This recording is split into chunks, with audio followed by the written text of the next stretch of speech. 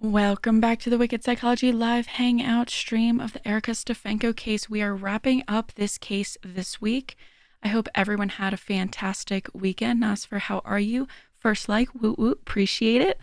All right, so we are going to continue with Stefanko this week. We have only one more testimony, which is her own, which is crazy that she's testifying. So it's going to be really interesting to hear that. It's a long one. It's about 3 hours of testimony for her. So we'll watch that today. And then tomorrow will be the closing and wrapping up of the trial. So we'll finish up tomorrow. All right. So the overarching story for anyone just joining is Erica was convicted in 2020 of aggravated murder for her alleged role in the 2012 death of Ashley Biggs. Ashley disappeared while delivering pizza to what was allegedly a fake address called in by Erica. This is Erica's retrial due to an issue with her ex Chad Cobb's remote testimony, as it was during 2020 times. This is Erica's testimony that we'll hear today. And, it's interesting because it's always risky for a defendant to testify in their own trial. That's always a risk that they're taking by taking the stand, as they'll have to go on cross. In her original trial, she did not testify. So it'll be interesting because she received life in prison with the possibility of parole after 30 years in her first trial. It's likely that at this point she feels like this is her last-ditch effort to tell her story and her perspective. As everyone's had so much time to talk about her, she wants to have her own words out there. And honestly, at this point, she just doesn't have that much to lose. So without further ado, we're going to listen to Erica Stefanko's testimony, and I'm definitely interested to hear what you guys have to say about it, because I don't know, it should be pretty interesting.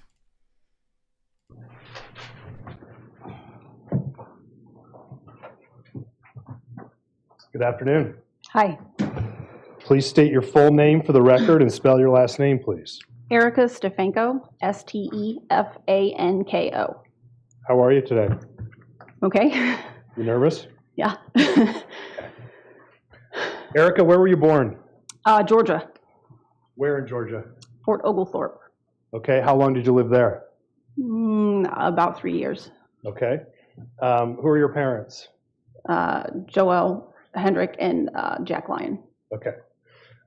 When did you move from Georgia?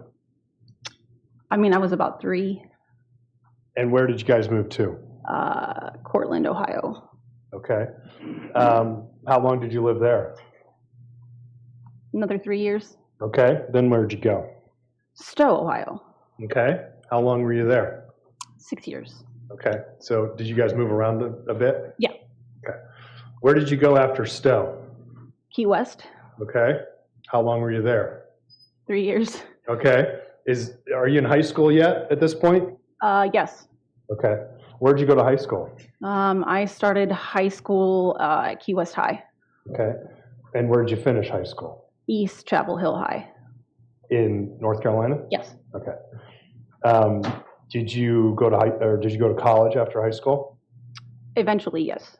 Okay. What'd you do between high school and when you went to college? Tried to figure out what I was about to do with my life. Okay. Did you have jobs? Yeah, off and on. Okay. Like what kind of work? I did some administrative. I waited tables a lot. Okay. When you entered college, ultimately, where did you end up? University of Akron. Okay. And what did you study there? Psychology. Did you get a degree? Yes. And what did you do after you graduated from Akron U? At that point, I started working for Chad's company. Okay. So is it fair then to say that you met Chad Cobb when you were in college? Yes. Okay. Do you remember what year you were? I was close to being done. I would say I was approximately a junior. Okay. We'll get back to Chad. What did your parents do when you were growing up? For work? Yeah. My dad worked for Goodyear, and my mom was a nutritionist and eventually became an RN. Okay. Did they stay together? Did they split up? Is your dad alive now? Yeah, my dad's still alive. Okay. My parents divorced when I was like 11. Okay. And did you live with your mom at that point? Yes. Okay. After you met Chad and you graduated from college, you said that you worked for Cobb Cable Company, correct? Yes. What did you do for that company? I wore a lot of hats. So anything from like HR to marketing to anything but field work. Okay. The office stuff, the administrative stuff, Yes. paperwork, licensing, accounting, things like that? Yes. Okay. Did you go back to school at some point? Yes, I did. And where did you go? Malone University. And what were you studying at Malone? Business. Okay. And did you get a degree or degrees as a result of that study? Yeah, I got my MBA. Okay. What caused you to go that route? I was working in HR at the time, and the company that I was working for had like a we'll pay your tuition type thing. And it seemed like for advancement and managerial positions that I would need to have a master's. So I went ahead and took advantage of that. Okay. Before you met Chad, were you ever married? Yes, How many times? once. Once? And who were you married to? His name is Gus Mueller. Okay. Did you have any kids with Mr. Mueller? No. Okay. About what year was that you were married to him? 2000, Okay. And how long were you married? about 3 years. Okay. And did you guys get divorced? Yeah. And you were never married again until Chad and then Mike, correct? Correct. Okay. Did you have any children of your own when you met Chad Cobb? Yes, How many? one. Okay. And who's that? Alexander Stefanko. Okay. And is that the young man that we heard that Mike has now adopted? Yes. Okay. And he was your son that you had with whom? Michael Bookwald. Okay. And you were never married to Michael, correct? No. Okay. But you guys had a kid, and what year was that? Alexander was born in 2005. It's to be assumed that you split up with that man, correct? Yeah. And is it fair to say that you had custody of Alexander? Yes. And I guess is Alexander's father in the picture? No. Okay. Where is he, if you know? I don't know. Was that ever an issue? Was there a battle there, or? Not really. Our split was not amicable. And he just kind of drifted off, and we just really didn't see him. Okay. After you met Chad, you had how many kids with Chad? 2. 2 kids. And those initials are? FC and KC. Okay. And we've heard that Chad had a child with Ashley Biggs named Grace, correct? Yes. You knew Grace very well, right? Yes. Okay. How did motherhood suit you? Joy of my life. Okay. You liked being a mother? Yeah. Okay. So we've heard that you've lived in a lot of places, correct? Yes. Where do you live right now? Right now I live in Akron at the Summit County Jail. Okay. How long have you been living in a jail as we sit here today? Since November of 2019. Okay. So is it fair to say you've been in jail now over 4 years? Yes. How's that? Rough. Tell us about a typical day for you. Overruled. Go ahead. You can answer. It really kind of depends on how they're staffed and how the pod has behaved in terms of how the day goes. We might stay locked up in cells all day. We might come out at 8. There's not really a lot to do or places to go. Try to play cards and keep your nose clean and stay out of trouble. Okay. Can you tell us about what a typical visitation with a family member would be like? So they don't have in-person visits, they only have video visits. And the technology is kind of wonky, so it can be really stressful to try to have one. They're like 20 minutes. I think you're allowed to have one, maybe two a week. So you're able to have 1 to 2 20-minute video visits per week, is that correct? I believe so. Okay. Who are some of the people that you have those visits with?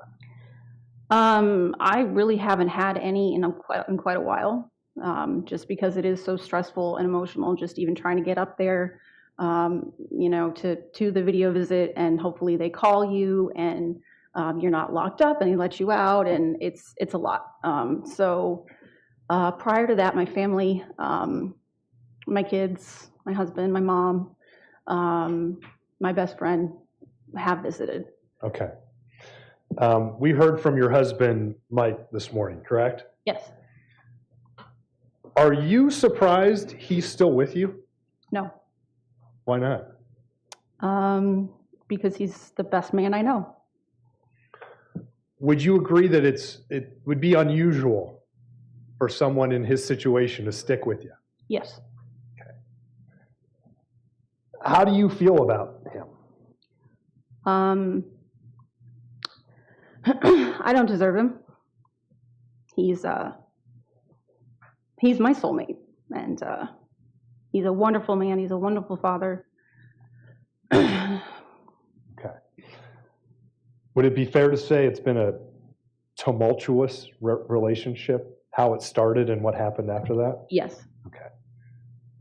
And we heard, and it's fair game, this started out of wedlock, right? Yes. Were you married to Chad Cobb when you started getting with Michael Stefanko? Yes. Okay. How do you feel about that? I know it was very hurtful to Chad, and I would take that back if I could, but I wouldn't change the outcome. Okay.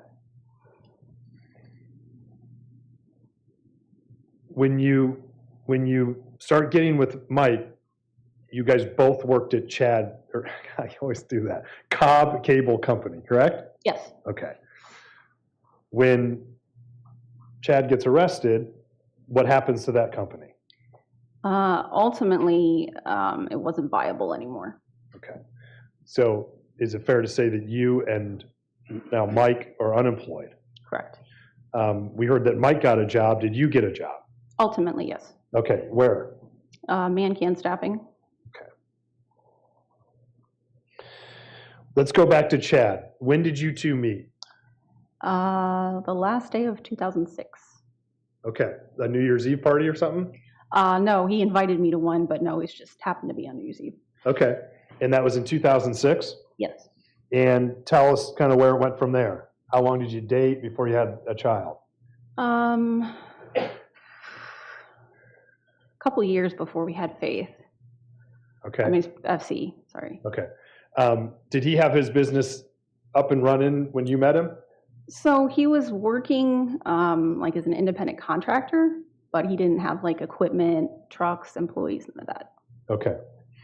And you said that FC was born in 2008, correct?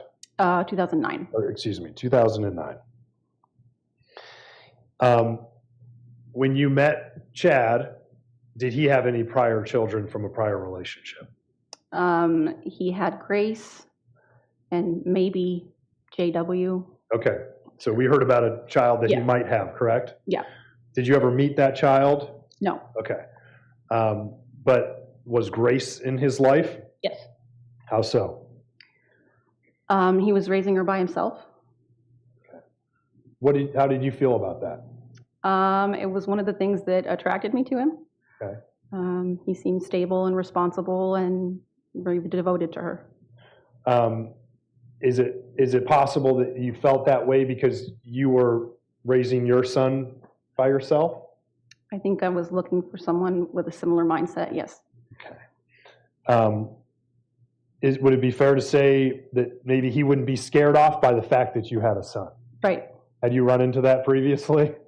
Not necessarily, more just people who really weren't up to the task, of being a parent. Sure. They might not know what it entails. Right. Okay.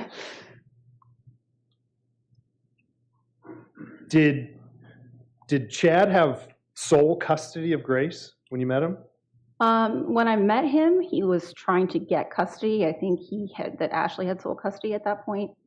After we'd been together for about 3 months was when she gave custody up to him. When you met Chad and you said he was trying to get custody, did he have a lawyer? I believe so. Okay. If you know, was he going to court? I think he had filed, but there really weren't any court hearings to my knowledge. Okay. Did you find him to be a good dad to Grace? Yes. Okay. As far as you know, he loved her. Yes.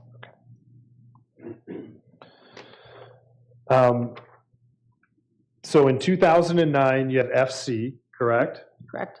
And when do you have your next child with Chad? 2012. Okay.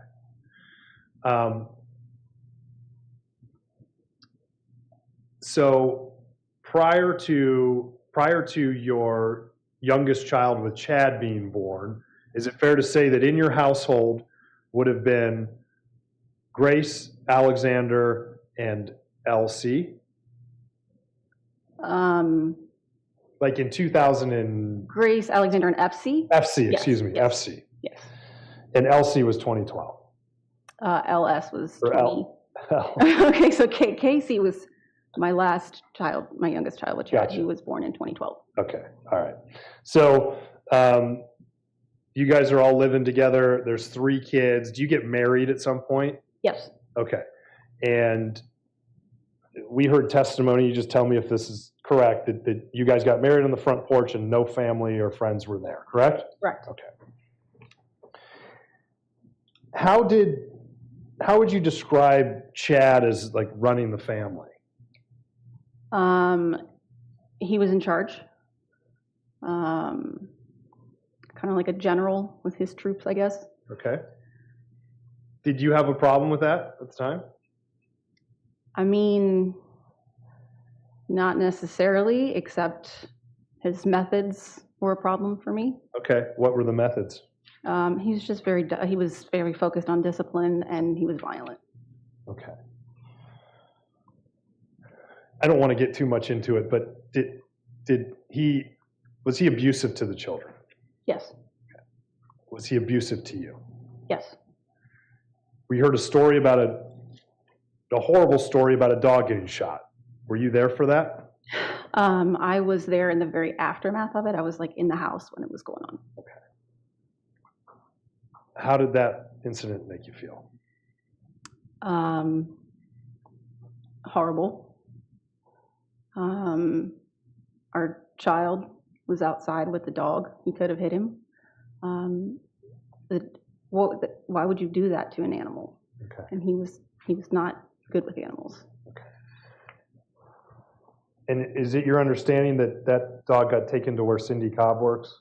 I don't think he actually took Dozer to the vet. I think he just took him straight to Cindy. Okay. And then did Dozer live with Mike later until he died? Yes. Do you remember the first time you met Cindy Cobb? Yes, I do. Okay. What were your impressions of Cindy Cobb? She was intimidating, not very friendly. Did you feel good enough for Chad? I always felt like I needed to prove myself to his family and to him. Okay. How about Jay? How did he treat you? Jay's most of the time a pretty laid-back guy. Okay. Did you ever have arguments or disagreements with Cindy Cobb? No. Okay. Fair enough. When you met Grace the first time, Grace Cobb the first time, how old would she have been? A year and a half. Okay. What was your relationship like with her? So all of a sudden it was like I had twins. She and Alexander are about the same age. And she's like a super cheerful, sunshiny little kid. She's just always like happy for people. So we bonded really fast. Okay. You lived with her up until 2012, correct? Correct. So how old would she have been in 2012? 7. 7? Between when you met her and she's a year and a half and, after you moved in, did she call you mom? Yes. Okay. Did you consider her your daughter? Yes. Did you consider yourself as her mom? Yes.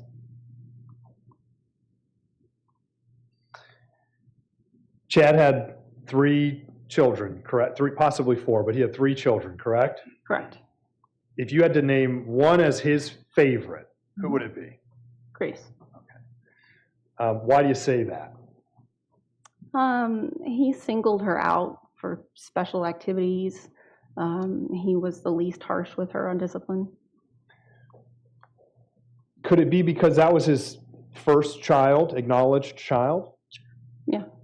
Could it be that it was just those 2 for quite a while, right? Yeah. Okay. What was Grace's relationship with her great grandmother? They were super close. Okay. What about Grace's relationship with Jay and Cindy? Cindy didn't really like kids, so they didn't spend a whole lot of time with her, but I think they were really proud to have a grandchild. Okay.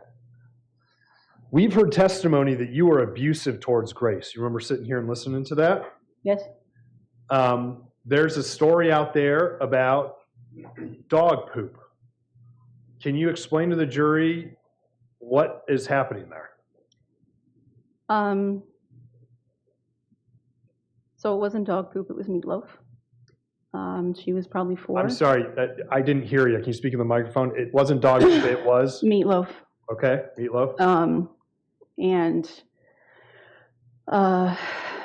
she was just having a rough day. She was probably 4. And it was dinner time, and she was kind of throwing a tantrum like, I'm not eating this. This is dog poop. And I said, yes, it is dog poop, and you're still going to eat it. Okay, well, what does that have to do with blueberry yogurt? Nothing. Okay.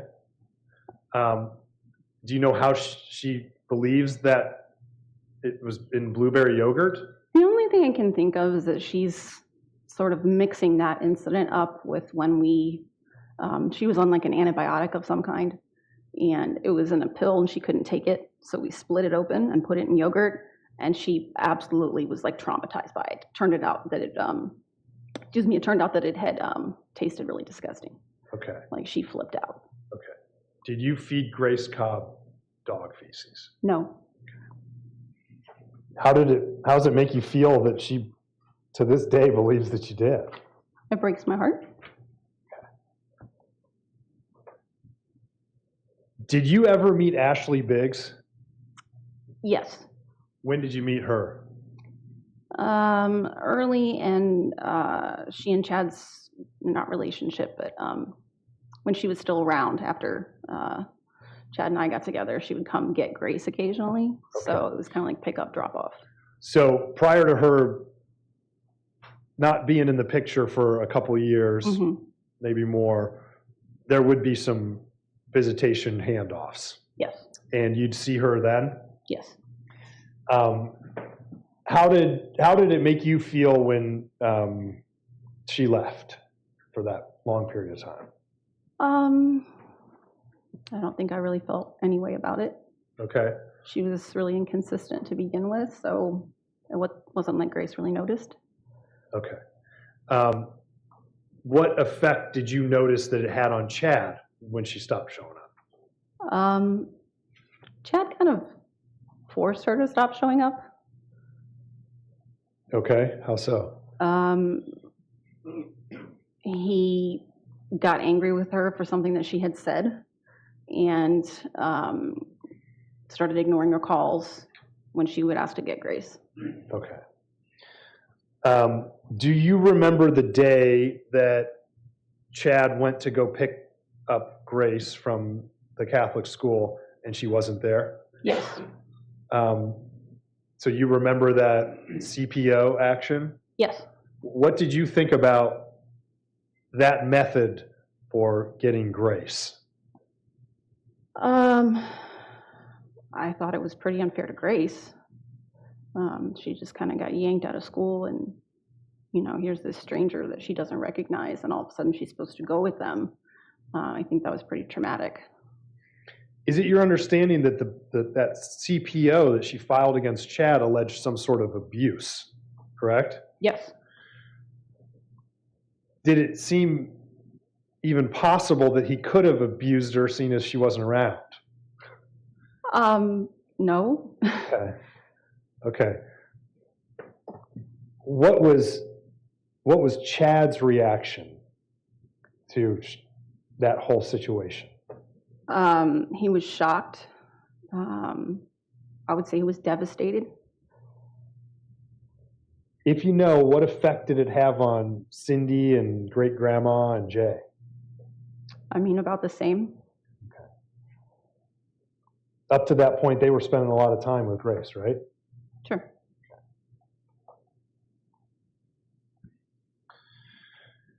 At this time, the Cobb Cable Company and your family are that situation aside, are doing well, right? Yes. Do you come from money? I mean, no, like middle class. Okay. Did Chad come from money? No. Okay. And you guys were making money, right? Yes. Lincoln Navigator, right? Yes. You got the house and four-wheelers and vacations and stuff like that, right? Yes. Would it be fair to say that maybe you felt a sense of entitlement? You could say that. Would it be fair to say that you and Chad felt a sense of entitlement towards Grace because you were raising her? That's fair. Now, this custody battle got very contentious. Is that fair to say? Yes. Okay. Were there did Chad hire a lawyer? Yes. Did he meet with lawyer or lawyers? Yes. Okay. Were there court hearings? Yes. Were there a lot of filings back and forth? Yes. Okay. Did you meet with the lawyer? Yes. Okay. Did you go to all the court hearings? They wouldn't usually let me in the courtroom. I know in one instance I just had to wait out in the car. Okay. But I would, be there to support. Okay. Because this was Chad and Ashley's kid, right? Right. I know you considered yourself her mother, but biologically, that's who the battle is between at that point, right? Yes.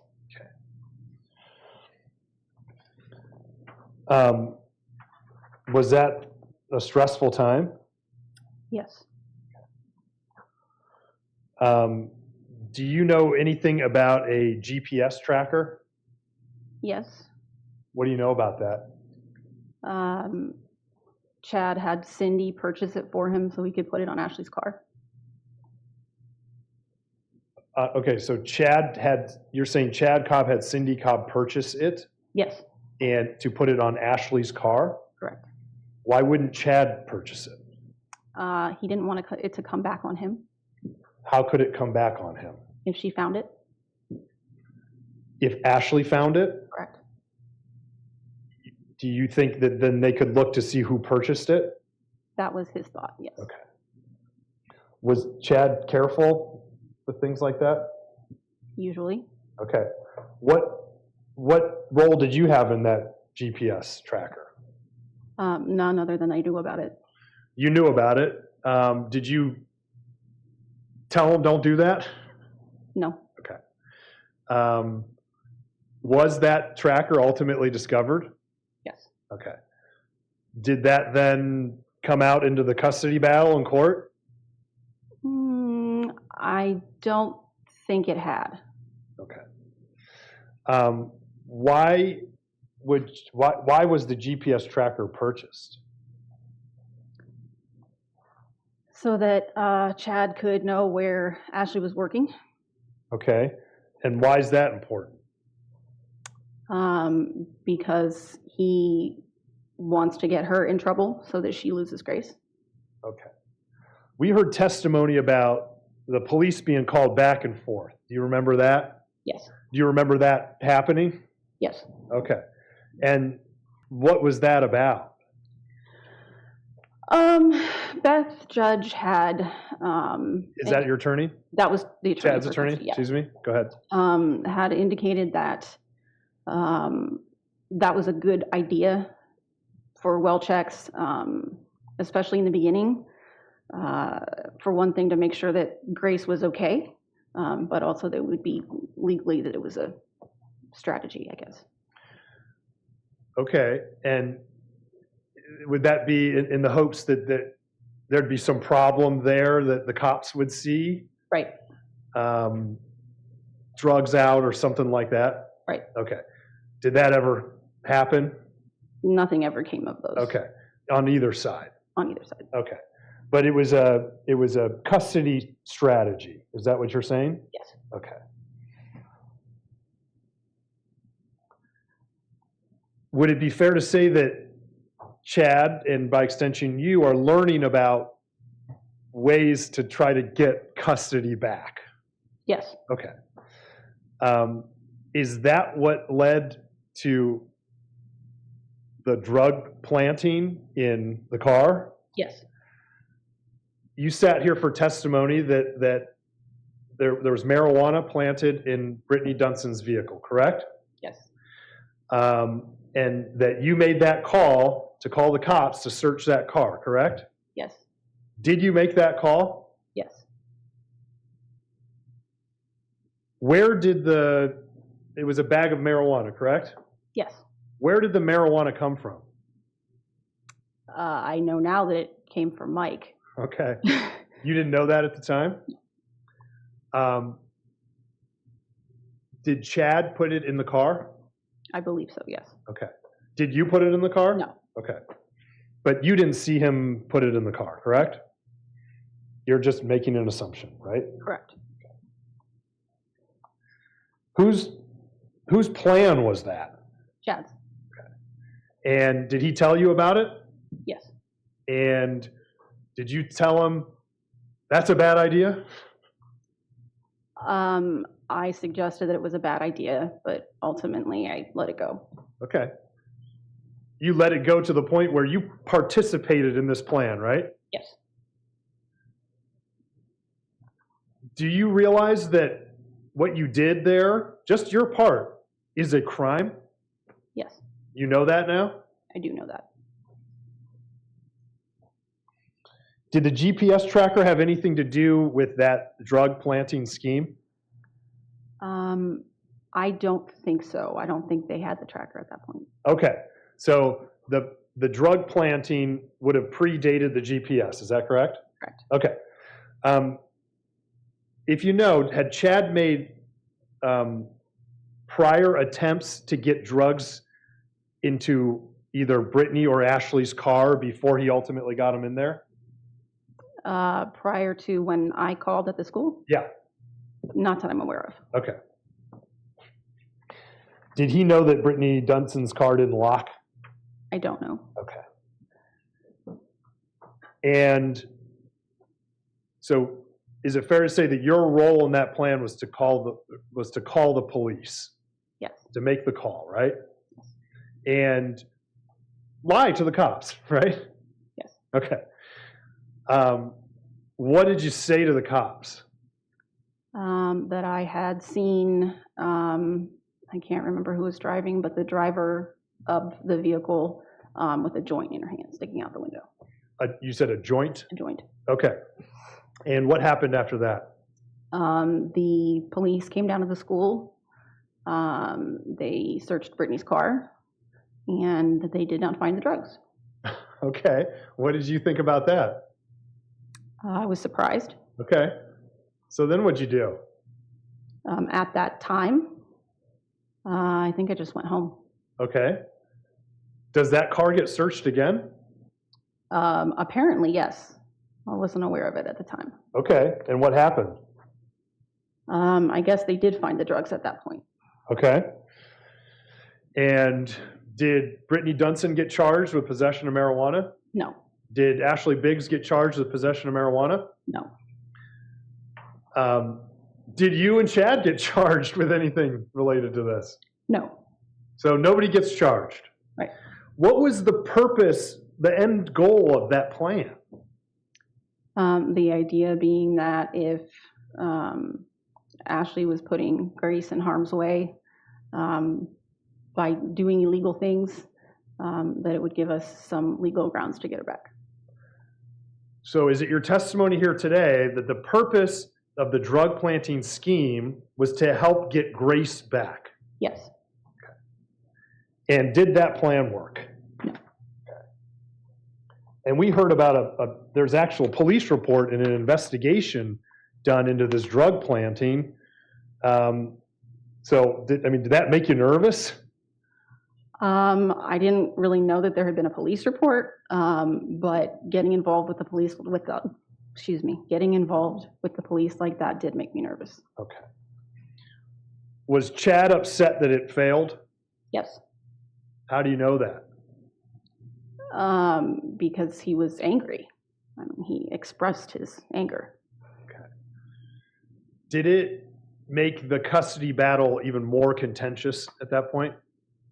I think so. Did you ever get an indication from Jay and Cindy Cobb about their thoughts on the custody battle? Yes. And what were those thoughts? They were extremely upset that things weren't being resolved. They didn't think that Ashley was fit to be a mother. And they really wanted Chad to take more action. They didn't understand why this was taking so long. Questioned him a lot about it. Was there talk of maybe getting a different lawyer? Yeah, we actually went and met with one. Would that be, in your mind or Chad's mind, like a more aggressive lawyer? Yeah, somebody maybe with more experience in that particular area. Were there things that Chad wanted filed that weren't filed?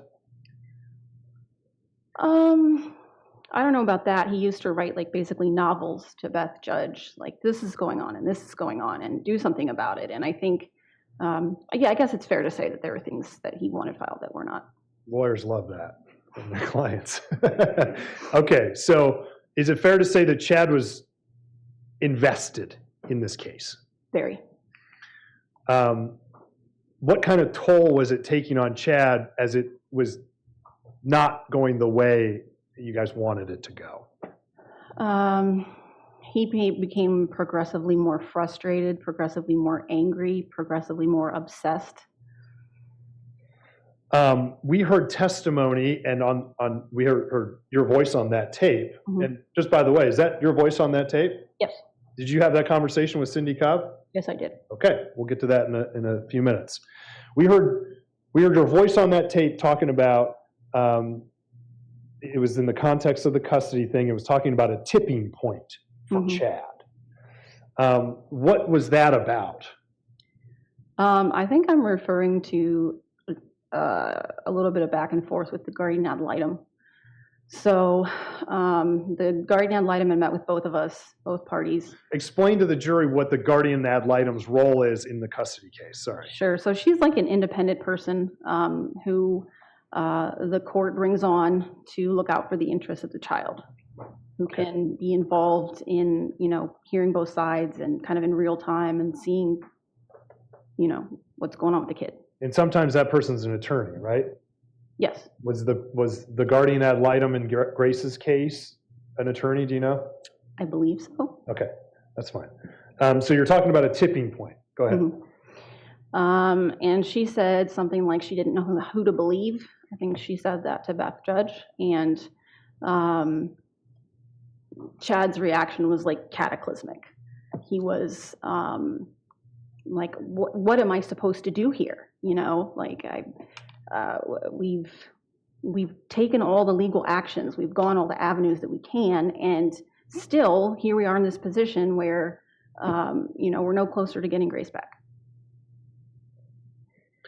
Do you think, strike that, was the drug planning scheme maybe a reaction to that frustration? I would say so, yes. You said cataclysmic, correct? Mm-hmm. Did he ever have times where he just wanted to give up and to say to hell with it? Yeah, so he would kind of go back and forth sometimes. He would be, really obsessed, writing this big email to Beth Judge about, why don't you address this, this, and this? And then, he'd turn around and be really despondent and be like, well, I guess I can't be Grace's dad. I'll terminate my parental rights, which I guess you can't actually do. But he didn't know that at the time. Okay. So is it fair to say it was taking quite a toll on him? Yes. Okay. But did he give up? No. Okay. He kept going with it? Yes. Okay.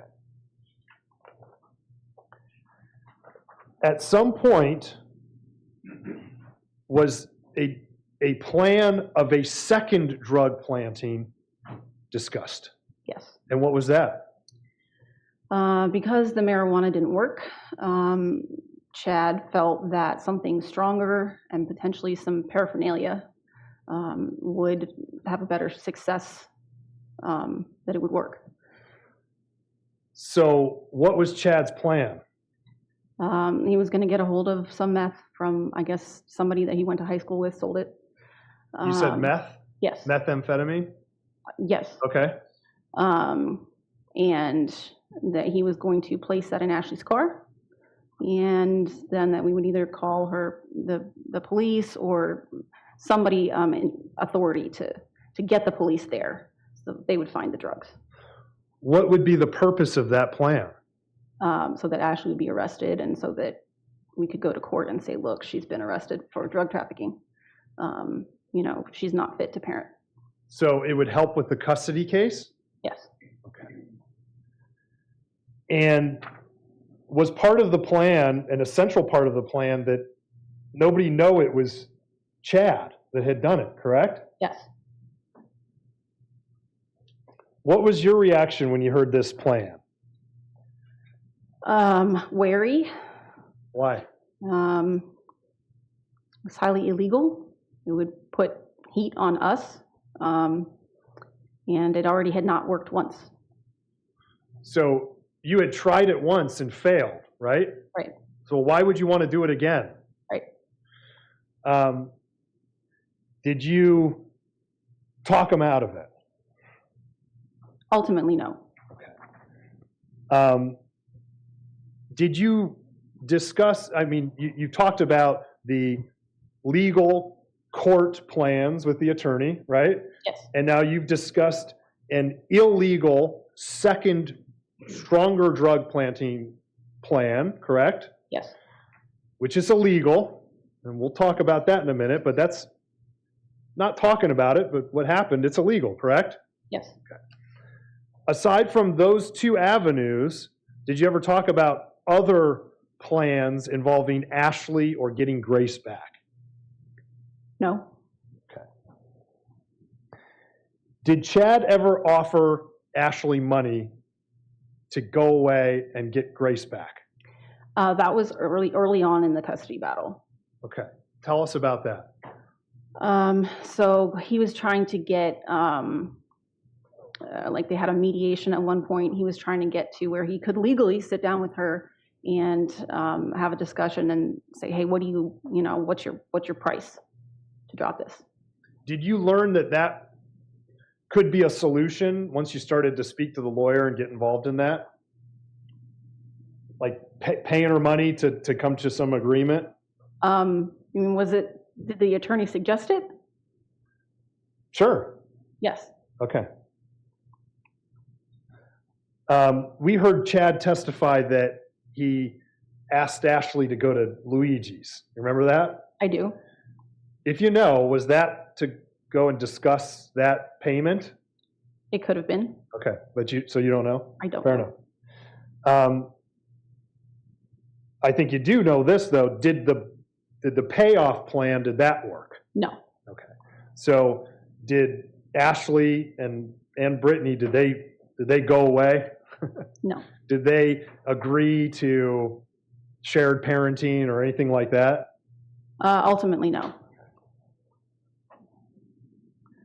So is it your testimony here today that after that and other plans failed, you and Chad started discussing this second, stronger drug planting plan? Yes. You said methamphetamine. Do you know why he didn't just try weed again? I guess because it was stronger, it was more illegal. Okay. Nobody got charged or anything in the first one, right? Right. Was it your hope that maybe somebody would get charged if it's a stronger kind of drug? That was the idea. And you also said meth, but do you know what it was, specifically? The only discussion we ever had was that it would be meth. That it would. What I'm asking is did you get the meth? Oh no. Did you see the drugs? No. And do you know the person that they were procured from? No. Do you know when he got them? No. Okay. Did he ever tell you that he got them? No. Okay. And do you know where he kept it? I don't know where he kept it. When we were talking about it, I told him that he couldn't keep it in the house. Like you're not putting that kind of heat on the house. You're not having that around my kids. So it's going to need to be somewhere else. So it sounds like you start to grow a conscience at that point, right? I guess you could say that. I mean, you're not stopping him from this highly illegal plan, right? Right. You're discussing it with him, right? Right. Did you have a role in it besides the help talking to him about it? Yes. What was your role? I needed to be the one to alert the authorities once the drugs were in her car. Okay. And what was the plan in terms of how to get the drugs in there? Chad was going to do it. He was going to sneak them in there. There are a couple of different iterations of how that could happen.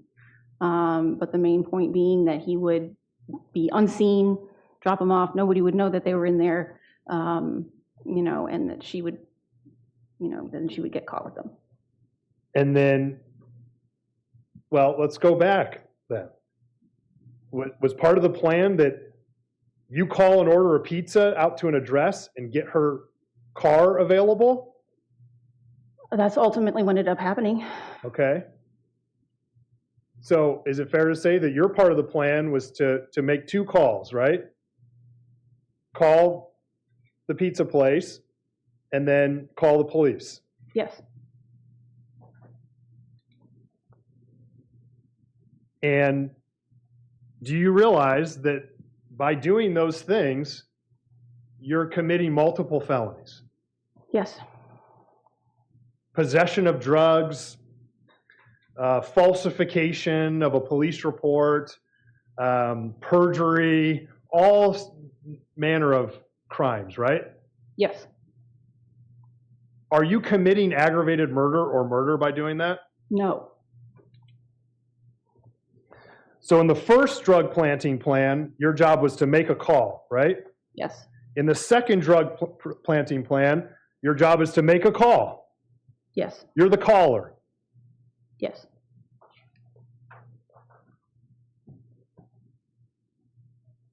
Did you and Chad have a particular day or time set up to get this plan into motion? No. So I guess let's take us back to, or take the jury back to June 20th, 2012. What happened that day? Where do you want me to start? I guess start with when this nightmare of a plan and a murder in a day ended up happening. Start there. Chad had gotten a hold of me and told me to come pick him up at Mitco. About what time would this have been? Evening? Okay. Were you were at home? Yes. You had all the kids? Yes. How old was your youngest child at that point? Casey was about 2.5 months. Were you breastfeeding KC? Yes. Okay. So we're talking car seats, diapers, breastfeeding, I mean, the whole thing, right? Yes. Okay. Had you already fed the kids? Yes. Was it unusual to get a call like that from Chad, for him to not be home for dinner and then get a call that says, come meet me? Yeah, that's pretty normal. Why is that normal? He's always running around doing stuff, working on his truck, what have you. Do you know what he was doing at his dad's company that day? I don't. Okay. Did he call and want you to pick him up to go do this plan, or did you know when you were driving there? He told me once I actually had him in the car. He said, Ashley's about to get arrested. Okay. Before we go any further, you've testified that if Ashley gets arrested for let's say possession of meth, it helps that ultimate goal of getting Grace back, correct? Yes. Would murdering Ashley Biggs help the custody case? I don't see how. How could it, I mean, how would it hurt? Chad would be the immediate suspect. It would be worse. Was Chad the immediate suspect in this case? Yes. Was Chad caught almost right away in this case? Yes. Where did Grace go after Chad got caught in this case? Immediately to foster care, but then with Brittany. So killing Ashley Biggs actually enabled Grace to stay with Brittany, correct? Right. So you go and you pick Chad up at Mitco, correct? Yes. And you learn about that Ashley's going to get arrested, correct? Yes. So then take the jury through what happens. Chad drove through Akron, past the Domino's location where she was working. Hold on. Chad drove? Chad drove. Okay. Keep going. And kind of identified that she was in fact at work. And then he drove down Turkeyfoot Lake Road to a small commercial building. Okay. When you pick Chad up at Mitco, what is he wearing? He was wearing regular clothes at that point. Work clothes? He had his Cobb cable shirt on and jeans. Is it that yellow Cobb cable shirt that we've seen here? I would call it green, but yes. Or like a high visibility shirt? Yes. Okay. And he had jeans? Yes. Was he carrying anything? He had his backpack with him. What's the color or style of that backpack? It's camo. Did he frequently carry that? Yeah, he carried it kind of like a purse, like a woman would carry a purse. Okay, but it was a backpack. Yes. Okay. When you picked him up at Mitco, he was not in full camouflage? No. Okay. Did he have a knife or a taser on his belt? No. Did he have duct tape and zip ties that you could see that were visible? No. Okay. Flashlight, face makeup, all that stuff? He didn't have any of that on him? None of that. Is it possible that all of that stuff was in that book bag or that backpack? Yes. So you guys drive by Domino's and see her car there, correct? Yes. What is the risk that somebody else shows up and delivers that pizza? I mean, if that were to have happened, he just would have abandoned the plan. Okay. What if Matt Travis, who we heard from, the manager of Domino's, what if they pulls up and Ashley gets out and Matt Travis is sitting in the front seat? What happens then? I would assume that the plan would have been scratched. Okay. So is it your testimony that Chad not being seen or having any confrontation with Ashley is the essential part of this plan? It's crucial. Okay. You made mention of some it sounds like pretty light attempts to talk him out of this. Is that fair to say? That's fair. Okay. While you guys are in the car and you've got 4 kids, including an infant, does it ever occur to you to talk him out of this felony plan? I mean, yes. Why don't you? I wish I had. Did you guys have burner phones for this plan? Yes. Why is that? So that if there was any kind of noise from Ashley about, they put these drugs in the car, there would be no affiliation with her work and any phones that we were attached to. So are you saying that you were afraid that if they tracked the call to Domino's to you or to Chad, it could come up in court and blow the custody? We wanted no affiliation between us and the situation. So is it your testimony that it's not only essential that Chad not be seen, but that you guys aren't involved in this scheme at all? Yes. Did you guys go to Walmart and get minutes for those phones? Yes. And that's that picture we saw? Yes. And you're holding the baby and he's got a little one up on his shoulders? Yeah, that's FC. Okay. So that's your testimony, is that it was for that plan to get those burnt? Did you get phones there or just the cards? I think just the cards. Who got the phones? Chad. Okay. How many phones? I think just the 2. Okay. Did you have one? Yes. And did he have one? Yes. I understand why you'd want to have the burner phone to make the call to Domino's, but why have another phone? Burner phone. In case we needed to get in touch with each other. Is that because you didn't want to use your real cell phones that are attached to your names to be calling each other that night? Right. We saw the actual zip ties and pictures of them and things like that. Had you ever seen those zip ties before? He had zip ties like those on his trucks. Okay, but did you see those exact ones? Had you ever seen those? I mean, I don't know. Okay. You guys had an attached garage, Yes. and was there a workshop in there? Yes. Whose workshop was that? Chad. Okay.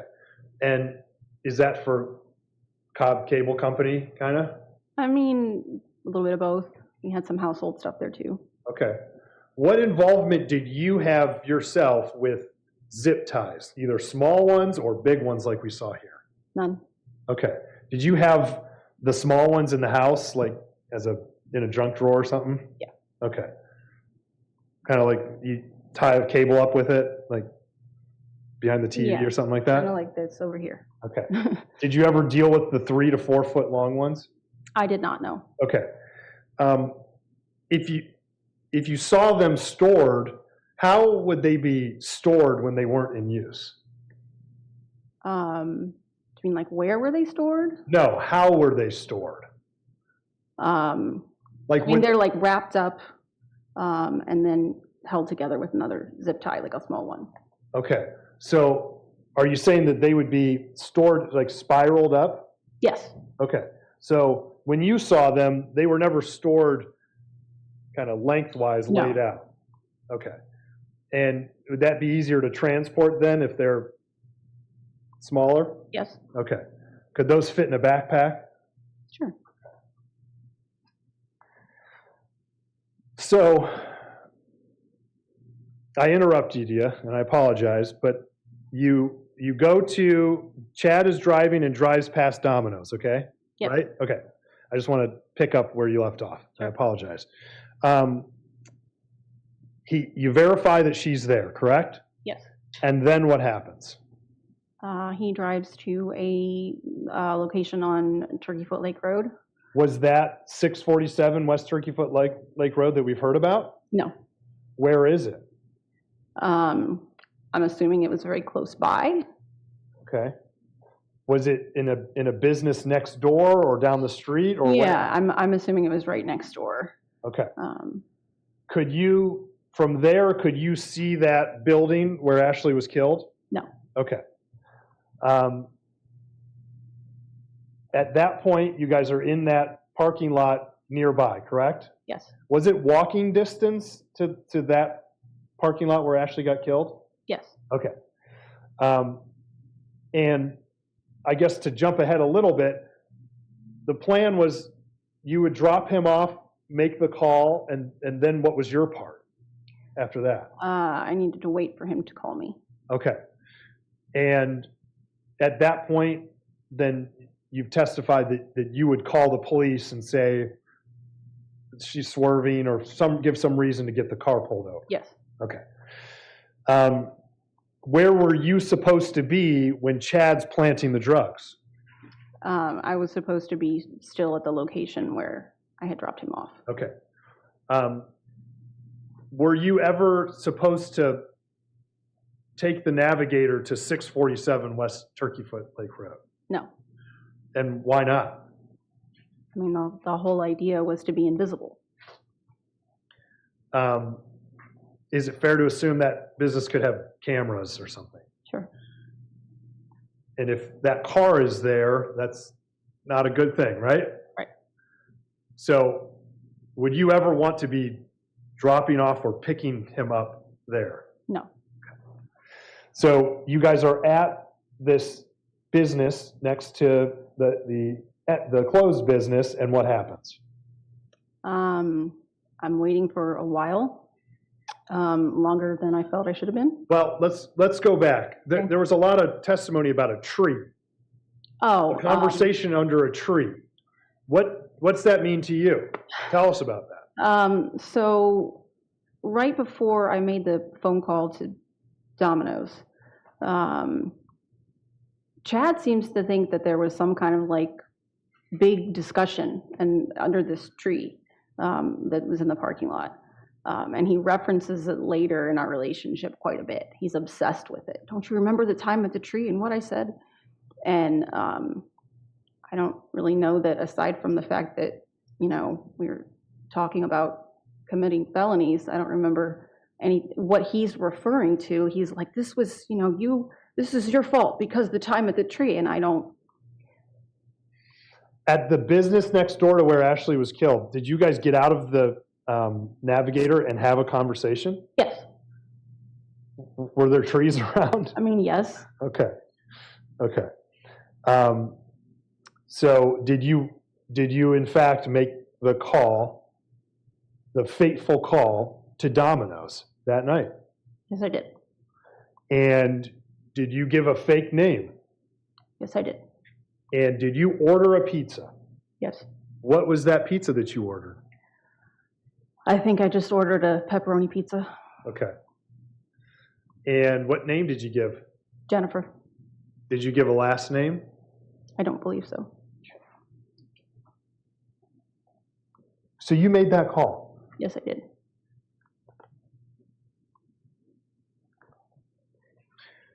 When you make that call, what does Chad do? At that point, that was when he went back into the woods. What woods? Kind of behind the commercial building where we were. If you walk backwards, that whole area he walked off behind. Okay. There's a lake back there, but there's like some wooded areas surrounding that. Is that what you're referring to? Yes. Okay. And did you see him put the camo on and all that stuff? No. Okay. When he left you, what was he wearing? He was still wearing the Cobb cable shirt, the jeans. Okay. When he left your field of vision, and it's dark, it's pretty dark at this point, 11:30 or so, right? PM. Right. When he walked away from you, did you see a taser? No. Did you see a diving knife? No. Did you see 3 to 4 foot long industrial zip ties? No. At that point, your job is to wait for a call from Chad, correct? Yes. From your position there at that business next to it, is it true? Can you see into that parking lot where she was murdered? No.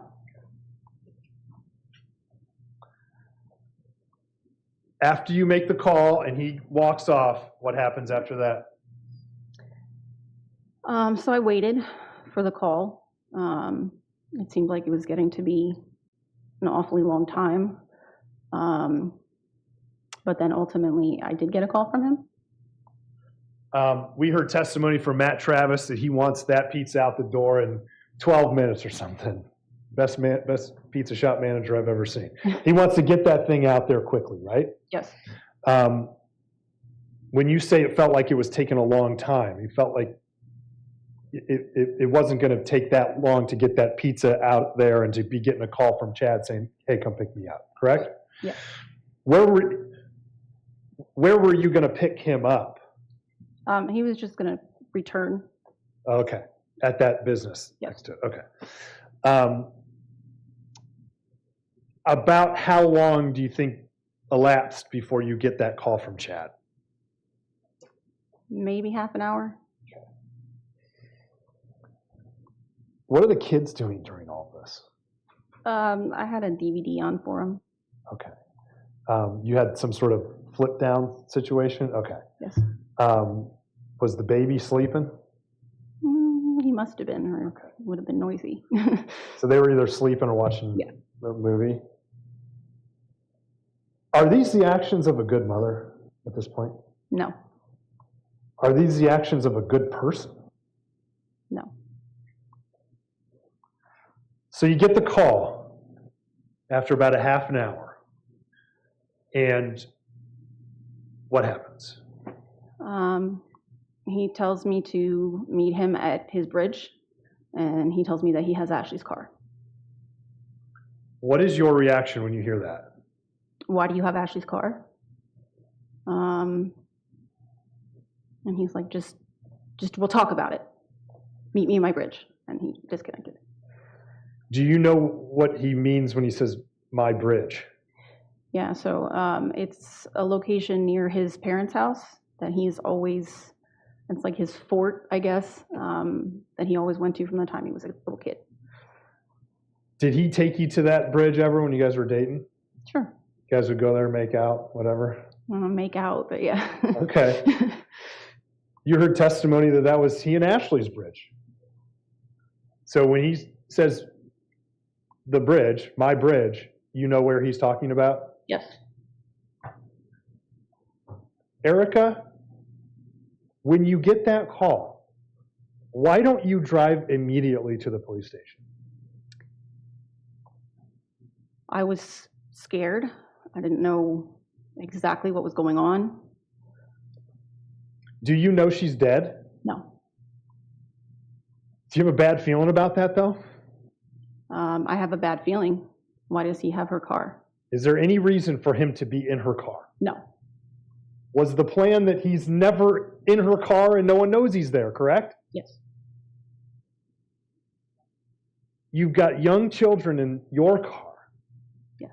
For their sake, you don't take yourself and them to the police station, correct? Correct. Could that be because you're involved now? I mean, I'm sure that was part of it. Are you thinking to yourself, I made the call? I mean, I wasn't quite freaking out about it yet. More, I was just like, just the fact that he had her vehicle was. Okay. Did you ever see her car drive in? No. Did you see her car drive out? No, but I saw it on the way to the bridge. Okay. So you didn't follow Chad I necessarily? mean, I ended up behind him. It's kind of a series of one-lane, the jury and I did it. It's kind of a series of one-lane or two-lane roads, correct? Yes. So there's kind of one way you'd go, right? Okay. So, do you drive to the bridge? Yes. You don't drive to the police station, right? No. Okay. What happens when you get to the bridge? At first, Chad wasn't there. I waited for a while, and then I started to really get panicky because he wasn't there. Did you see any cars around?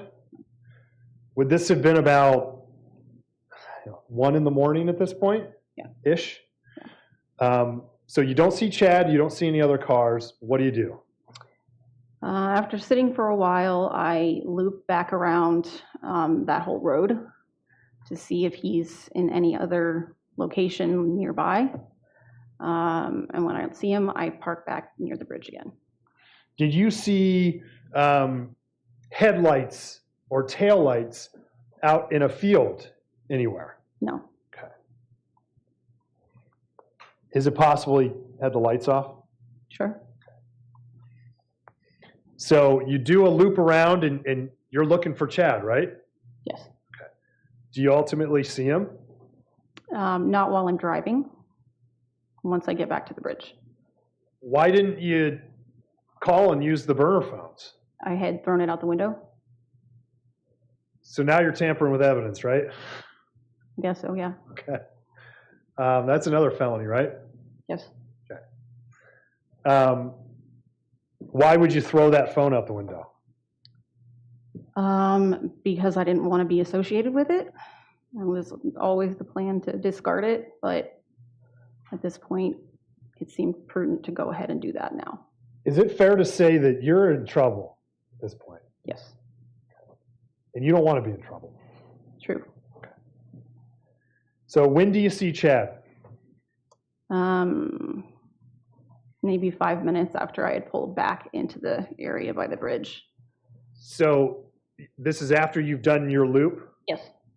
And instead of doing another loop, you just stay there and say, I'm just going to wait for this guy. Yes. Okay. And where do you see him?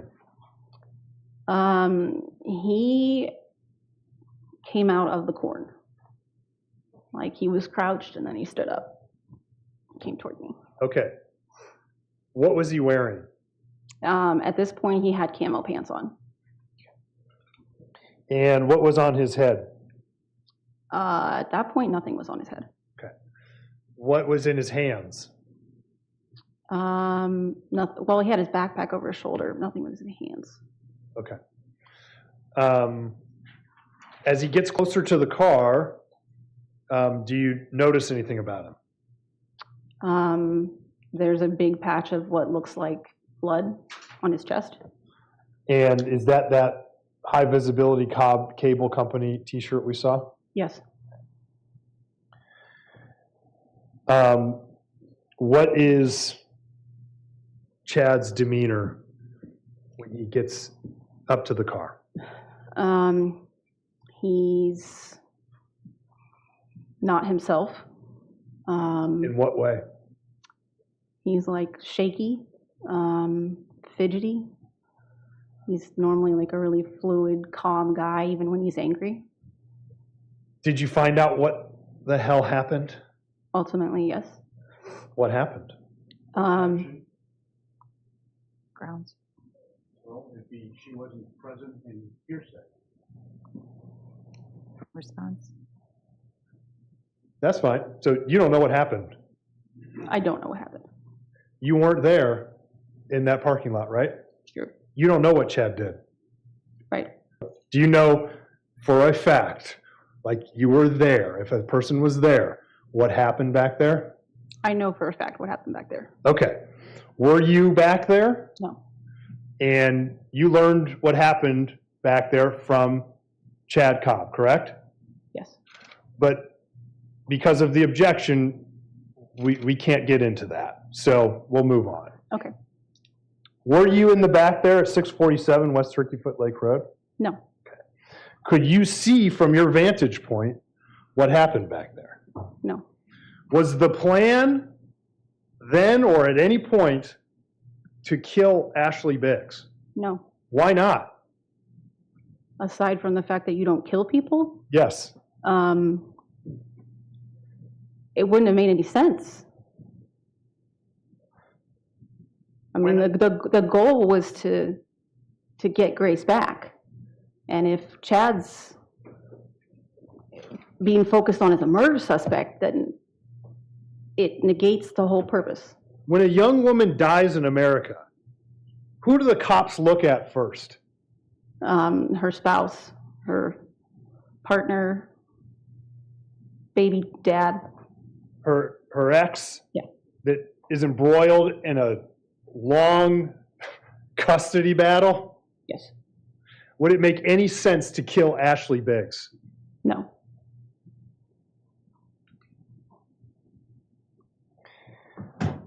Chad comes up to the car and he gets in the passenger seat, is that correct? Yes. And what happens? He tells me to drive him home. Okay. Do you drive home? Yes. What happens when you get home? I get the kids out of the car and try to get them settled. I assume that we're staying home. Chad goes in, gets in the shower, and I follow him in there. Does he go into the house with his clothes that he had on and his bag? Definitely his clothes. Okay. Do you know where the bag is at this point? I don't recall. Okay. Did you ever, before he killed her or after, handle this bag? That day, no. I don't know if I've ever in my life touched it. Okay. Did you pack it for him? No. Okay. Would you? No. You followed him into the bathroom, and did you learn that Ashley was dead? Yes. Okay. And what was your reaction to that? I felt like I had been hit with a ton of bricks. Okay. I felt like I was going to be sick. Were you sick? Yes. Okay. What happened? I just had to sit down and I just scooted over to the toilet and threw up.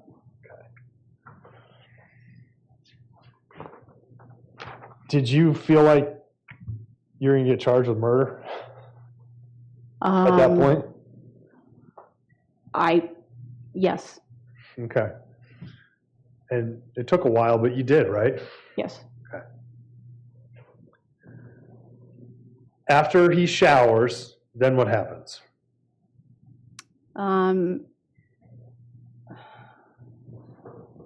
So he left the bathroom while I was being sick. And the next thing I did was get Kai and feed him because he was crying. Okay. Did you guys leave the house at some point? Yes. Why? Chad said that he needed to get Ashley's phone, that he could fix this. Did that make any sense to you whatsoever? None. Why? Because he's told me that she's dead. Her car is in this field, and you want to go and get a phone? Like and what do you? It didn't make sense. Did you believe that maybe at that point the cops had been there for an hour? It definitely didn't seem like a safe place to go. Okay. Did you order the pizza to 647 West Turkeyfoot Lake Road? Yes. If Ashley is missing, where's the first place the cops are going to go? To her last delivery location. 647 West Turkeyfoot Lake Road? Yes. Did you resist going back there? Yes. I tried to stay home with the kids. He wasn't having it.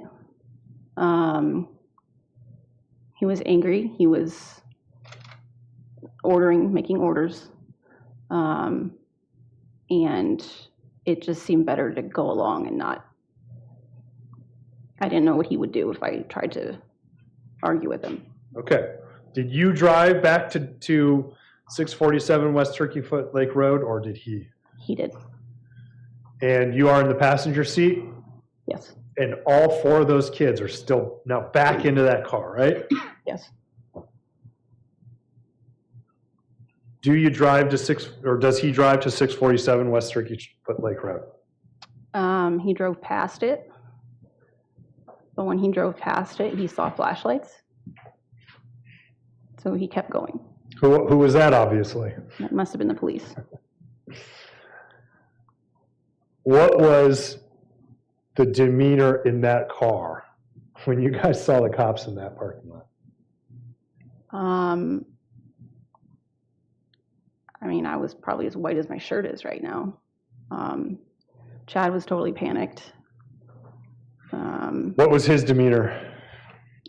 He was beating on the steering wheel. I'm fucked. We're fucked. I don't know what to do. We're fucked. Excuse my language. And then he drove to his grandma's house. Do you know why you guys ended up there? I think it was a safe spot for him. That was his grandmother's house? Yeah, he wanted to try to regroup and figure out what to do. Did you ever suggest going to the cops? No. Okay. Why not?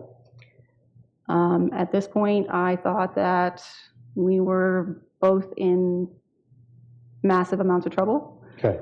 And I didn't want to lose my kids. You did lose your kids, though, right? For a while, yes, I did. You've lost your freedom, right? Yes. When you get to the grandma's house, do you ever get out of the car? Yes. Okay. And what'd you do? We were out of the car talking at one point. Okay.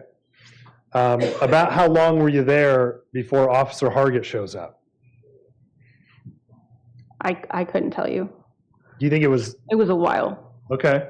More than an hour? Probably. Okay. What is Chad doing during all of this? He kept getting in and out of the car, going to use his phone. Okay. Do you know if he made any calls? Yes. Well, you weren't with him when he was driving Ashley's car, correct? Correct. So he could have made calls that you are unaware of, Sure. including to your current husband? Sure. Okay. Do you know who he may have called when he was at his grandma's house? I know he called his mom, for sure, his parents, for sure. Did he still have his burner phone? I don't know. What phone was he making these calls on? It was a flip phone. I'm not sure. Was his normal phone a flip phone? Yes. Okay. I think it was his phone that he was using to call his mom. When you guys were at his grandma's house, did he ever do anything out like on the back of the car? He was back there for a minute. I don't know what he was doing. You didn't see him messing with those stick figure things? I didn't notice him doing that at the time, no. You had other things on your mind? Yes. Okay. What are the kids doing at this point? It's almost morning, right? Yeah. The 2 older ones are sleeping. FC is periodically up and crawling around. She seemed to think it was a good time. What are we doing? This is fun. Casey woke up and at least once I needed to eat. But Okay. other than that, he was sleeping. Do you remember Officer Hargett, who we heard from? Do you remember him walking up to the car? Yes. Do you remember talking to him? I don't remember talking to him. So you don't remember lying to him? I mean, I don't have a specific memory of it, but I'm sure that his recollection is correct. Okay. If I told you that in addition to saying, I don't know what's going on, well, let's start there. You knew what was going on, right? Yes. Maybe not everything. You don't know what happened back there exactly, but you knew what was going on, right? Yes. You tell him, I don't know where Chad is. That's a lie, right? Yes. I mean, you didn't know maybe exactly where he was, but you knew he was out in those woods hiding, right? I knew he had gone that way, yes. Okay. How did he go? Did he run back there or what? Yes. Okay. And you stayed? Yes. Okay. Do you remember telling Officer Hargett something about Chad came in and said, get in the car and I don't know what we're doing here? Yes. Okay. You don't remember telling him, I think my husband killed Ashley Biggs. You didn't tell him that, did you? I didn't tell him that. You didn't tell him, I made a call to get Ashley Biggs out there and now she's dead. You didn't tell him that, right? Right. You didn't tell him, I think that her body's in the field by his parents' house. You didn't tell him that. No. Why not? Once again, because I didn't want to lose him or my kids. Is that something that a good person would do? No.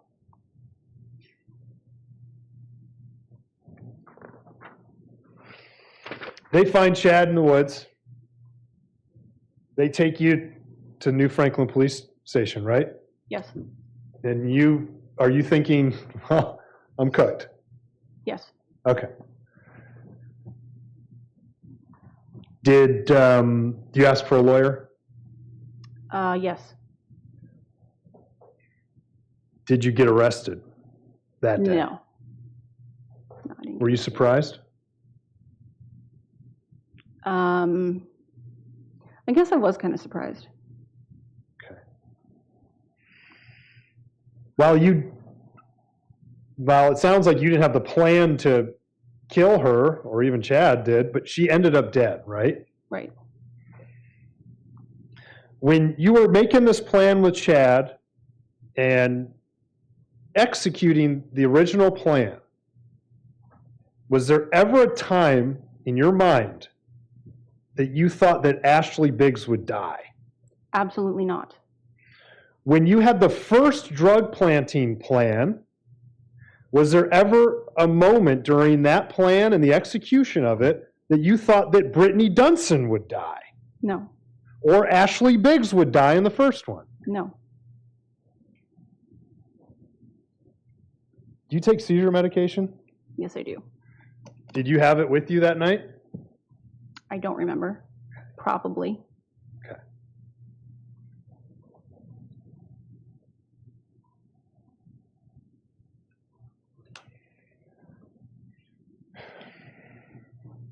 If you had a plan to kill Ashley Biggs, would you bring your kids with you?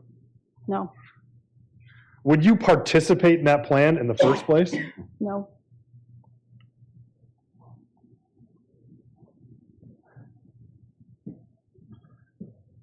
After Chad gets arrested, did you stand by him? Yes. Did you tell the police what happened? No. Would that have implicated you? Yes. You've got an MBA, but you're not a lawyer, right? Correct. You were, and maybe still are, unaware of the theories of complicity, correct? I know a little bit more about it than I used to. Sure. But at that time, you're thinking, I'm done, ag murder, right? I mean, murder, yeah.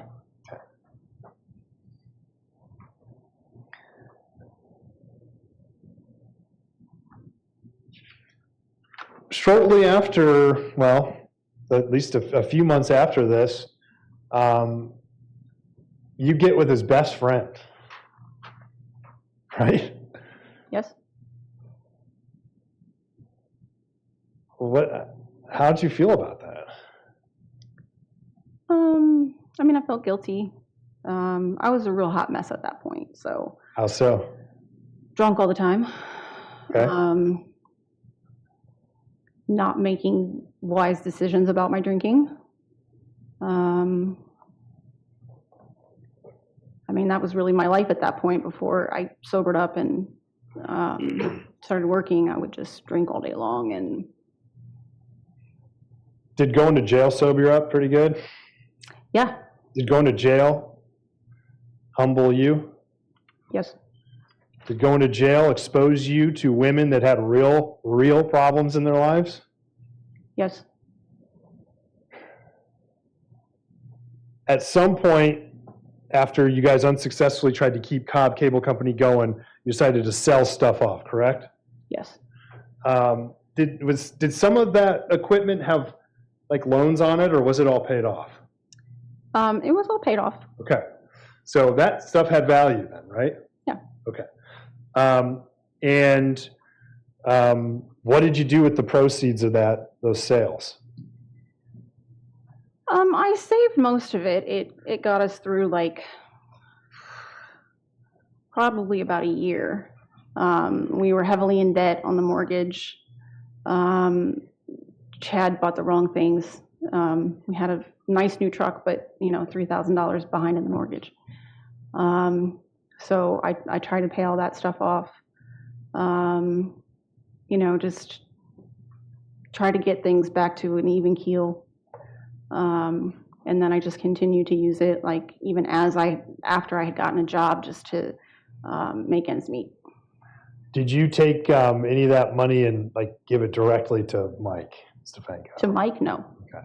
But he benefited from it too, right? Yes. He was living there and got to enjoy all that entails, right? Sure. Okay. So you said you were a mess and that you were drinking a lot.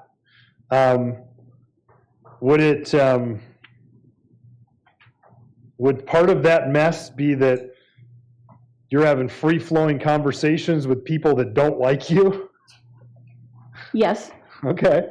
Did Cindy Cobb like you? No. Were you sure that Mary Brinkman liked you or didn't like you? At that point, I thought she liked me. Okay. Turns out not so much. Not so much. Okay. Were you guilty? Or did you feel guilty? Like today? No, back then. Yes. Okay. What about? I wish I had made different decisions to talk Chad out of planting the drugs, to not participate myself. Okay.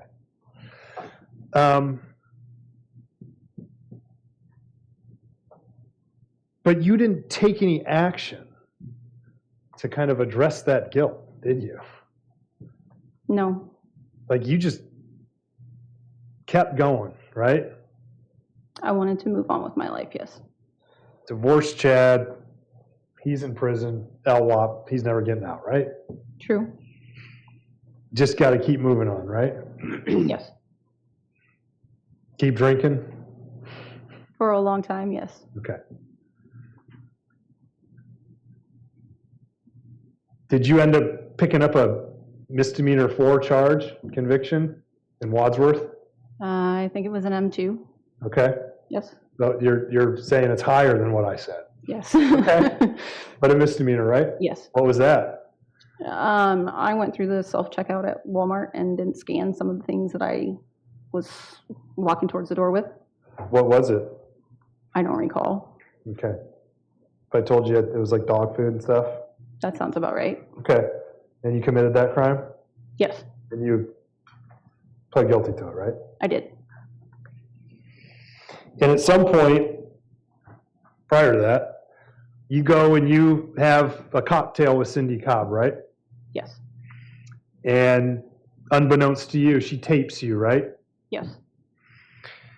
And this is a woman that you know does not like you, whose son is serving life without parole, and you just open up to her, right? Basically. Is that a good idea? No. Yeah. Was it instrumental in finding you on the witness stand fighting for your life? Yes.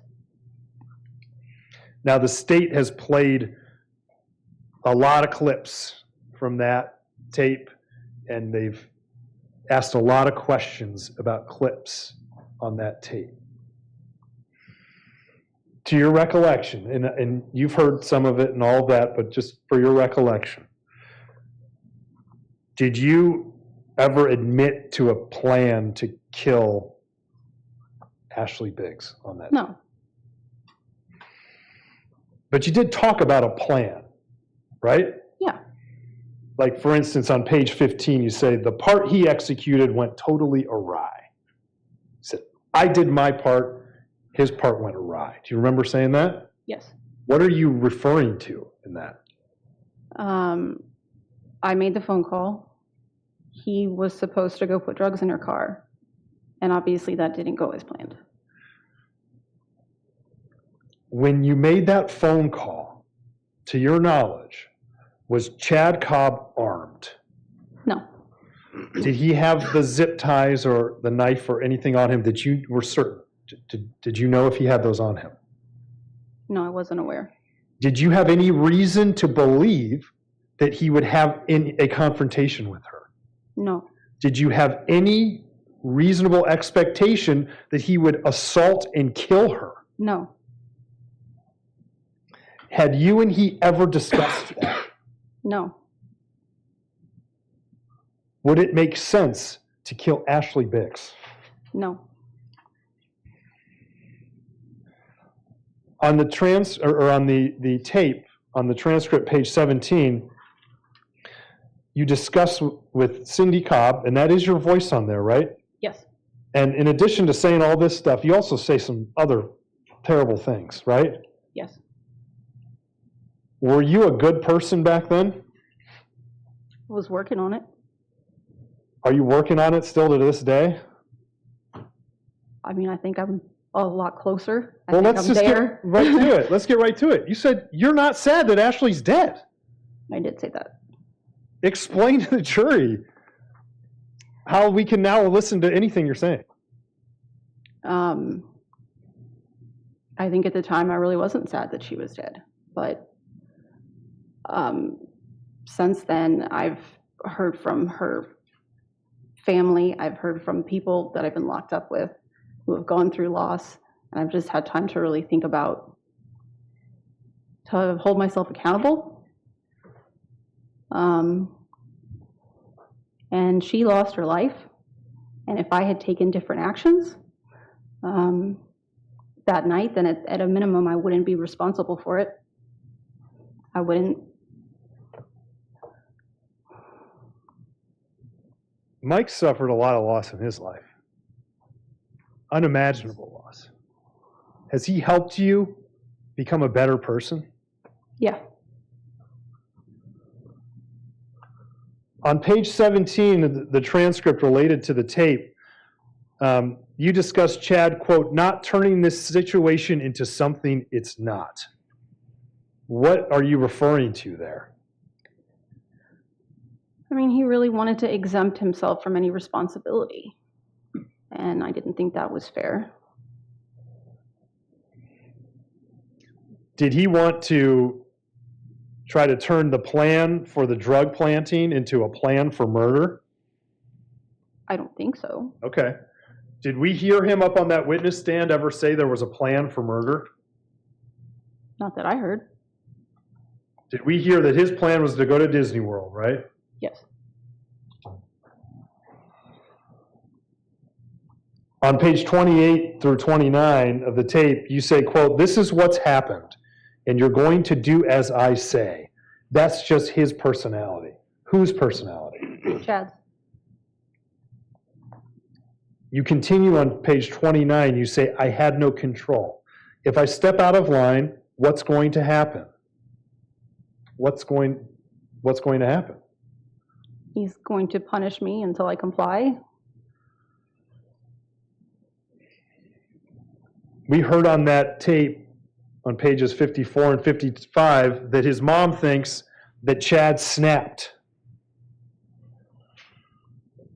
You said that you could see him snapping, but that he was generally controlled. Do you remember that? Yes. You also say to her that he talked to you in a different way right after it happened. Did that make you think maybe he did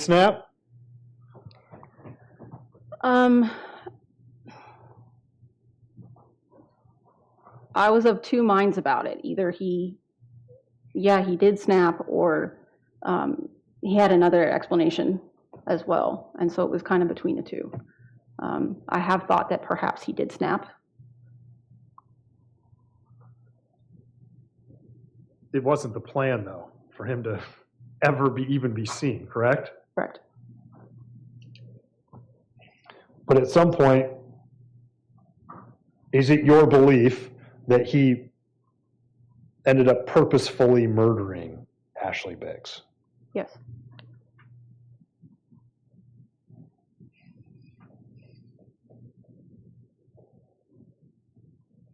You talked to Cindy about, well, Cindy says, I'm thinking it's an anger lash out thing because he can't control, and Chad needs to be in control. Do you remember that? Vaguely. Okay. Do you agree with that? That Chad gets angry when he can't be in control? Mm-hmm. Yes.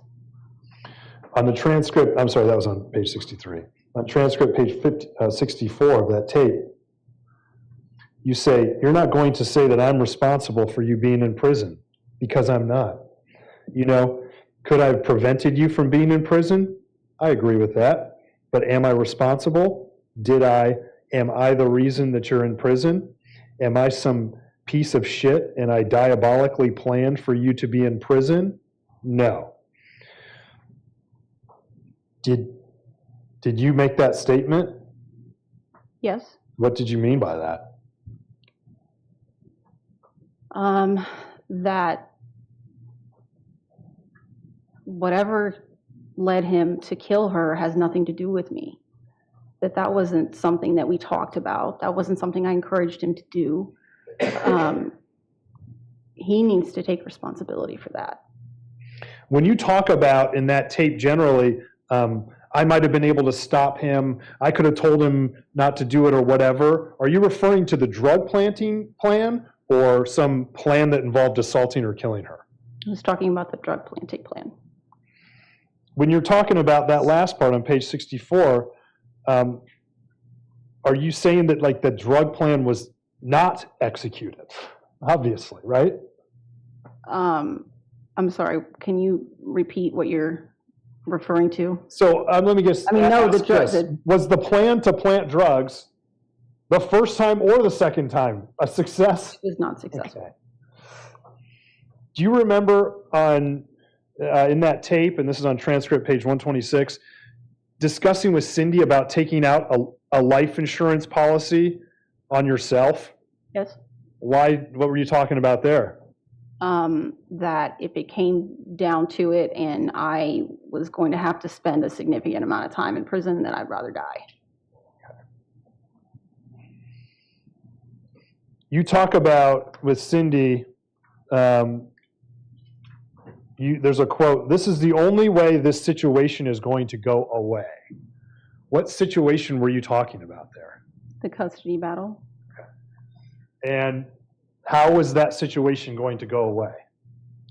If Ashley was no longer a fit parent, okay, the court would award us custody. If Ashley dies, is murdered, does that situation go away? That situation gets worse. In fact, Brittany Dunson still ends up with Grace, right? Yes. And Chad's in prison. And you're charged with murder, right? Right.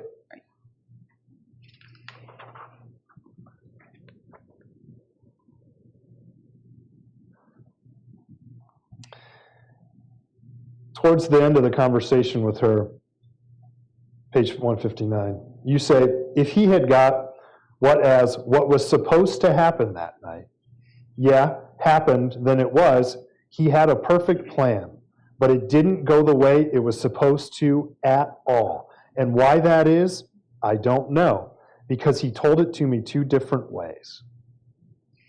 If the plan was to murder her, then that plan went perfectly, right? I mean, that's what happened. If the plan was to plant drugs, that plan failed spectacularly, didn't it? Yes. We heard some talk in there about Chad saying things like, kind of ranting and raving about Ashley. I'm going to keep her skull as a trophy, right? Mhm. What did that mean to you? That he was going to have her literal skull up on a mantle? No. I mean, I thought it was a euphemism. I thought he was being dramatic. Okay. As it relates to the custody case? Yes. Chad didn't like to keep evidence around, right? I mean, no. Okay. What? Crimes. I mean, no. Okay. You talk in there with Cindy, if the truth comes out, we'd both be in prison right now. You remember saying that? Yes. Can you go to prison for possessing drugs? I believe so. Can you go to prison for planting drugs on a person to get an advantage in a custody case? Yes. Can you go to prison for making that call to set up, to get the catalyst, to get Ashley out there to get the drugs planted? Yes. Can you go to prison for, after you find out that I've got Ashley's car, that you don't call the cops and you in fact go and pick him up? I think I would. That would be. You're helping him, right? Yeah.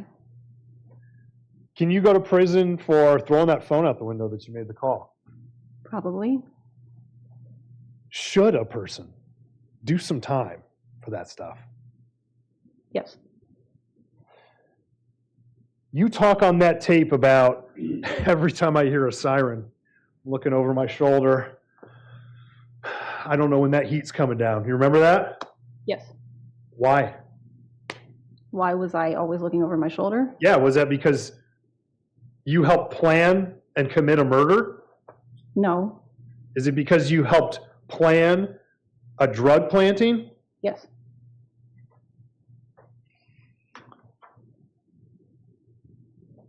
Did Chad had power over you, right? Yes. If he could convince Detective Hitchens that you made that call, that's power, right? Yes. If he can convince his mom to secretly tape you, never talking about a murder, but talking about the plan, and can get that to Detective Hitchens, that's power, right? Yes. And if he can get Mary Brinkman to say, "Oh yeah, she told me about it too," that's power, right? Yes. Did he use that power? Yes. Did it work? In what way? Are you sitting on Here. trial for aggravated murder? Yes. For making that call? Yes. Just like you made that previous call when you guys planted the pot, right? Yes.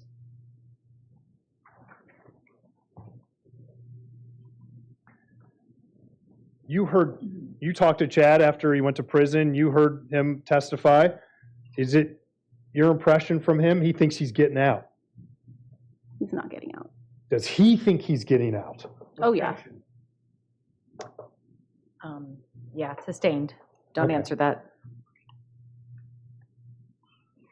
You've been sitting in jail over 4 years now, right? Yes. In your time in jail, when people provide information to the government, and I'm not saying that the state here has made any agreement, does it typically help that defendant or that incarcerated person get a little consideration? I can. Don't answer that. Don't answer that. It's your own personal experience, Judge. So we've talked about, and you've admitted here, multiple crimes. Are you aware of that? Yes. Okay. And do you feel like you're being punished for those crimes right now? I mean, I've been locked up for 4 years. Okay. It's been pretty awful. So, Do you feel like you've got a lot of atonement to do for things you've done in your life? yes.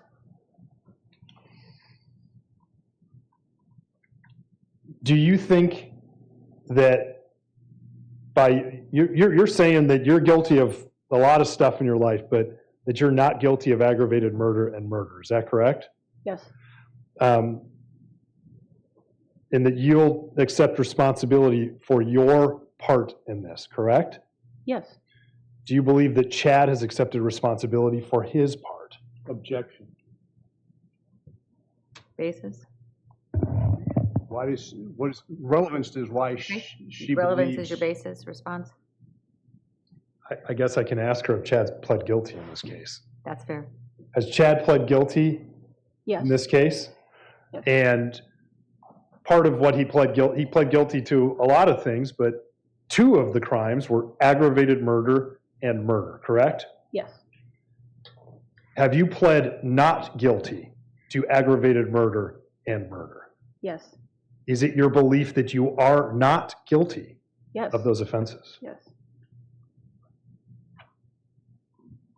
Do you feel remorse as we sit here today? Yes.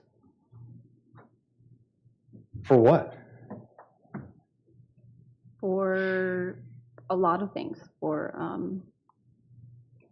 my treatment of Grace, for hurting Chad, and primarily for all of the actions I just had to testify about. I feel remorse for those things.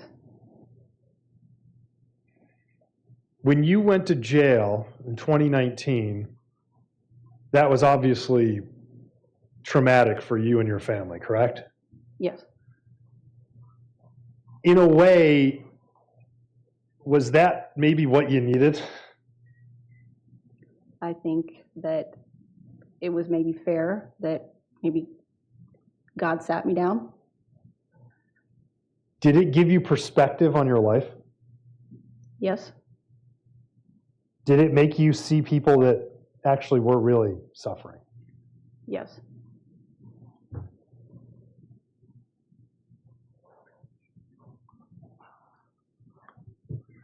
If you were able to get out of jail one day, would it be your intention to try to rebuild your life with Mike? Yes. Objection, Judge. What's the relevance? You can answer that. Overruled. Go I'm ahead. talking about your personal life. This is your personal story. Is that what you would want to do? Yes. 12. What happened that day? Where do you want me to start? I guess start with when this nightmare of a plan and a murder and a day ended up happening. Start there. Chad had gotten a hold of me and told me to come pick him up at Mitco. Well, about what time would this have been? Evening. Okay. Were you were at home? Yes. You had all the kids? Yes. How old was your youngest child at that point? Casey was about 2.5 months. Were you breastfeeding KC? Yes. Okay.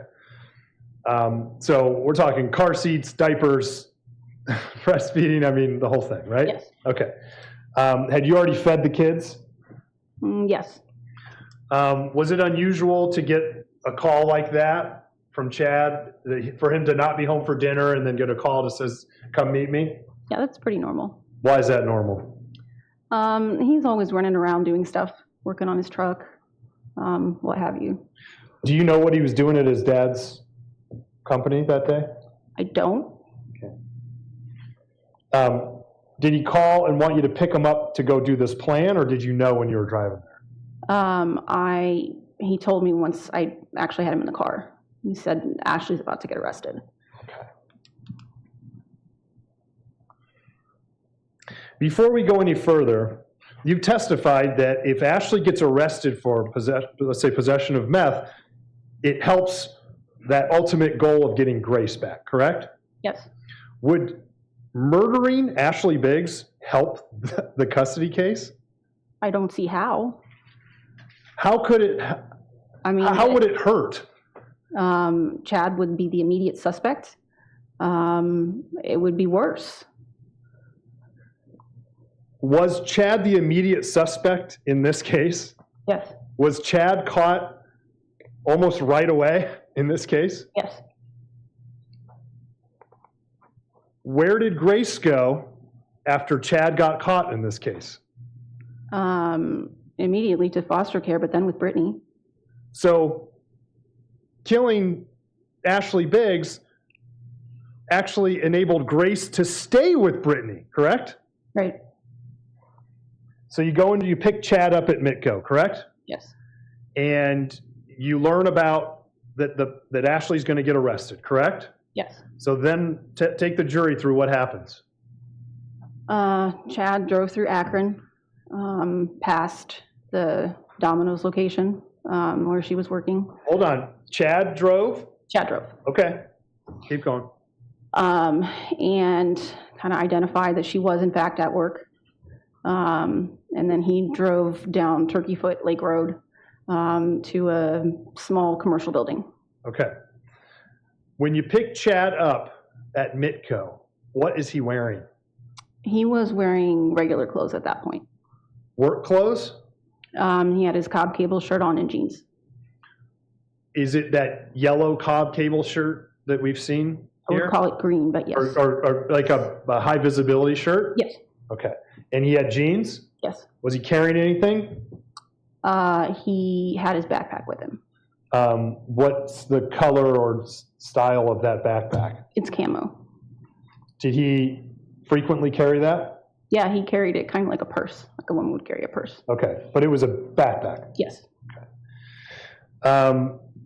When you picked him up at Mitco, he was not in full camouflage? no, Did he have a knife or a taser on his belt? no, Did he have duct tape and zip ties that you could see that were visible? no, Okay. Flashlight, face makeup, all that stuff? He didn't have any of that on him? none of that. Is it possible that all of that stuff was in that book bag or that backpack? That you thought that Ashley Biggs would die? Absolutely not. When you had the first drug planting plan, was there ever a moment during that plan and the execution of it that you thought that Brittany Dunson would die? No, Or Ashley Biggs would die in the first one? no, Do you take seizure medication? yes, I do. Did you have it with you that night? I don't remember. Probably. Okay.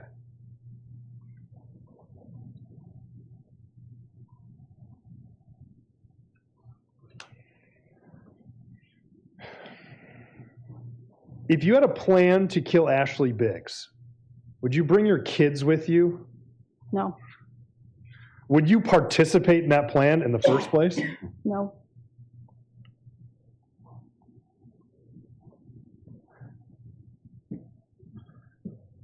After Chad gets arrested, did you stand by him?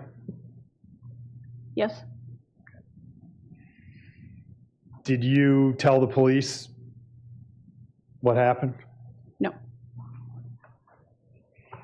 Would that have implicated you? yes, You've got an MBA, but you're not a lawyer, right? correct. You were, and maybe still are, unaware of the theories of complicity, correct? I know a little bit more about it than I used to. Sure. But at that time, you're thinking, I'm done, ag murder, right? I mean, murder, yeah. On the on the tape, on the transcript, page 17, you discuss with Cindy Cobb, and that is your voice on there, right? Yes, And in addition to saying all this stuff, you also say some other terrible things, right? yes. Were you a good person back then? I was working on it. Are you working on it still to this day? I mean, I think I'm a lot closer. I Well, think let's I'm just there. get right to it. Let's get right to it. You said you're not sad that Ashley's dead. I did say that. Explain to the jury how we can now listen to anything you're saying. I think at the time I really wasn't sad that she was dead, but Since then, I've heard from her family. I've heard from people that I've been locked up with who have gone through loss. And I've just had time to really think about, to hold myself accountable. And she lost her life. And if I had taken different actions that night, then at a minimum, I wouldn't be responsible for it. I wouldn't. All right, Mrs. Stefanko. So based on your testimony today, basically sounds like this is all just a big misunderstanding, right? Big misunderstanding? How do you mean? Well, I mean, we're here on an aggravated murder trial, but apparently the 3-hour conversation you had was not about killing Ashley Biggs. It was about planting meth. That's true. All right, so really, had you come to us in 2012 and mentioned that to us, we'd never even be here, right? Not today, no. Right. And a matter of fact, it's been 12 years since she's been killed, and today is the very first time you've ever mentioned meth. That's true. As a matter of fact, your counsel had gone to great lengths to point out in the 3-hour conversations, you never actually said anything about a plan to murder Ashley Biggs, correct? That's true. Likewise, not one time in 3 hours is the word meth or a plan to plant meth ever mentioned. That's true. There was not even a mention of the word plant. I mean, I'll take your word for it. Well, I mean, you've heard the transcript. I mean, you heard the recording, correct? I heard the portions of the reporting that you played, yes. Right. So let's boil this down for this jury. Right now, as we sit here, if this conversation, a 3-hour conversation with Cindy Cobb, is you talking about Ashley Biggs' murder, then clearly you were complicit in planning, in the plan to kill Ashley Biggs. If they believe that it was meth you were talking about, then you're not guilty of aggravated murder. You're guilty of a sundry of other crimes, correct? You're the attorney and they're the jury. You don't disagree with that? I mean, I agree that the crimes that we were discussing in my testimony are punishable. Right. Well, and actually they're not anymore, are they? You're very aware that all the crimes that you've admitted to today are no longer prosecutable against you because of the statute of limitations. You're not charging me with those? Right. You're very well aware that everything you've admitted to today, you cannot be prosecuted and punished for. Is that fair? That's fair. Okay. So all your admissions were without any type of repercussions. You could say that. And that would be your way of buying credibility with this jury by admitting to some bad things you did. So that they'll believe you when you say you didn't do the really bad one, right? I'm just telling the jury what happened. Okay. Now, isn't it also true that since 2019, you and your attorneys have had a copy of the entire state's file? I assume so. All right. Either you or your attorneys. Correct? That's fair. You've had all the pictures, you've had the recordings, you've had all the police reports, you've had everything, correct? That's fair. And again, today is the first time we've ever heard anything about meth. Yes.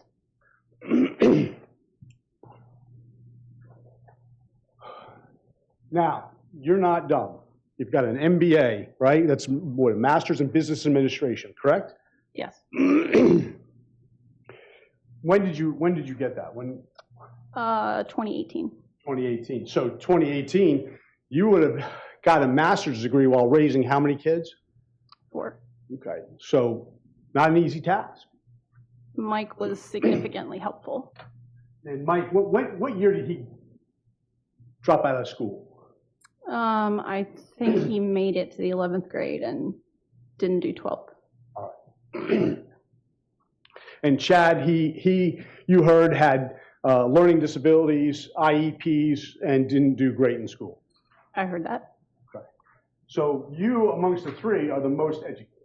I'm most educated, yes. And you're the one who took care of all the business records, you do the taxes, all those things. Yes. Okay. So this plan that you're talking about, the meth plan. So explain to me how you needed to be there. How I needed to be there? Yeah, why in the world, if he was going to plant meth in her car, like how did this practically work? So he's going to have you load up all the kids at 11:30 at night to drop him off in a place where he could have parked himself. Why? You have to ask him that. He was the one But who you came up did. with it. So you're telling me you want this jury to believe that Chad Cobb said, I'm going to plant drugs on Ashley tonight, and I need you to get the kids in the car, bring them up to this location at 11:30 at night, and then drive me here next door so that I can walk away, and then you wait for a phone call. That isn't exactly what happened. Well, you made the phone call to deliver the pizza, correct? Yes, I did. And you could have made that from your home and written in the comfort of your home with your kids sitting with you. I guess I could have. So your MBA, you have a master's in business administration, and you didn't even question that? You didn't say, hey, what in the world are we doing? No. Would you agree that makes no sense? I would agree that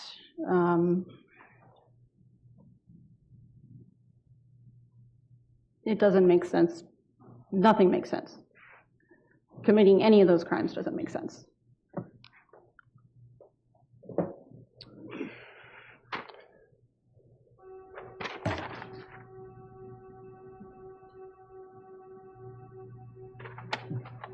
Oh, boy. I think that's Mike's head. As if I would- There we go. Sorry, Mike. We'll get you some Q-tips later on.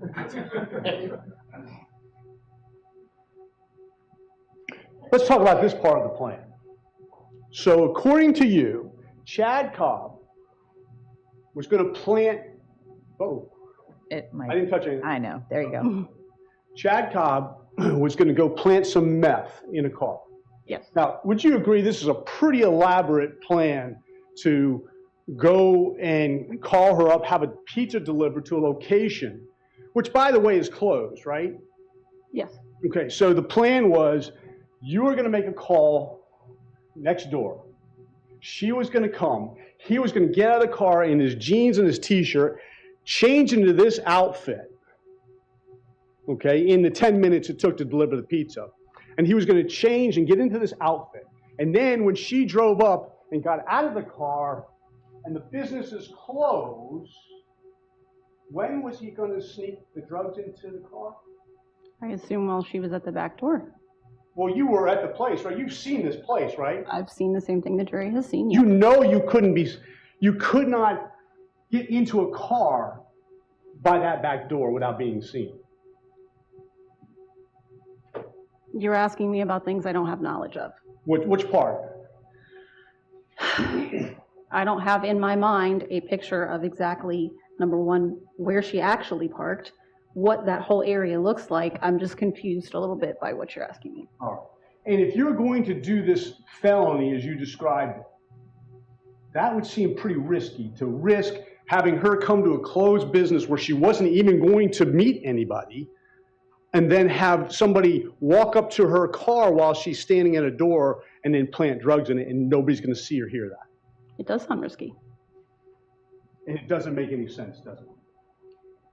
You don't seem to think it makes sense. I certainly don't think that it made sense. Okay. Now, sitting here, Did you ask him what in the world the backpack was for? no. All right. And not only did he get out with the backpack, but he found out with these things. No. Those were not visible to me when he got out of the car. But you know that these are the three of these were ended up on Ashley. Yes. So if he was just going to plant drugs surreptitiously and never be seen, why does he need a knife, taser, and zip ties? You would have to ask him why he brought those things. Again, you would agree this doesn't make any sense whatsoever that he was going there to plant meth. Objection, asked and answered multiple times. Sustained. Don't answer that.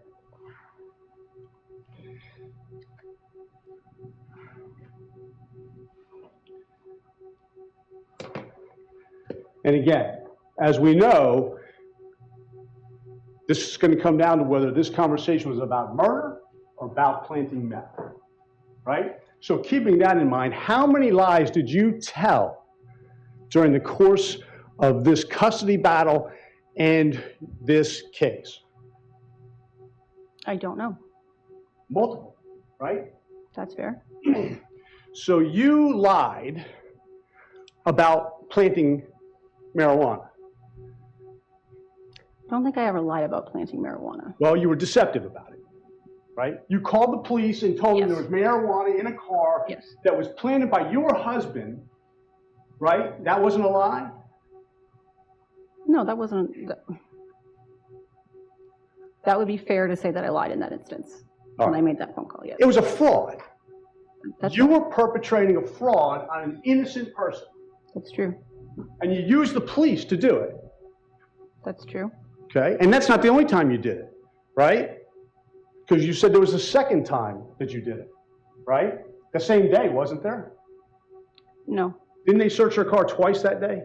Brittany Dunson testified to that, but I only called once. All right, well, if I told you the police report said that the car was called twice, the car was searched 2 times because of 2 different calls, you would disagree with that? I believe Brittany testified that she called the second time. Okay. You lied to the police when you told them you didn't know what was going on. It's true. Okay. So you're willing to lie in this case. I have lied in this case, yes. You were willing to lie just to get out of trouble for felonies, lower level felonies, weren't you? Yes. So would it be fair to suggest that you sitting here facing aggravated murder charges, that you'd be willing to lie for that too? I'm not lying. That's not the question though. You would be willing to lie for whatever it No. did to suit you. No. Because that's what you did throughout this whole process, didn't you? There were instances throughout this process where I lied, yes. And you did it easily. I won't say that I did it easily, but I did it. I mean, it's pretty bold to lie to the police, isn't it? It's not something that makes a person feel comfortable. But not only did you do it the first time, you felt comfortable enough to do it a second time, is what you're telling us. Are you referring to the first time being with the original drug plant and the second time being with when I spoke to the officer when Chad was arrested? Well, let's talk about when you called Domino's. Okay. That wasn't true too, was it? That was deceptive, yes. And also you lied to the police officer. When Chad was arrested? Yeah. Yes, You said you didn't know what was going on. that's true. And then you told him later on that you were just sitting home and Chad came home frantic. That wasn't true either. No, it wasn't. And that's with the knowledge that somebody had died. Right? True. Roll right off your tongue. Right? I wouldn't say it rolled right off my tongue. Well, you expected people to believe you. Yes. And now you're here today telling us that we should believe you when you talk about a 3-hour conversation about Ashley's death, that it was about planting meth. Is that a question? Yes. I can't control whether you or the jury believes me. All I can do is tell you the truth. But you're asking us to believe you. I am, yes.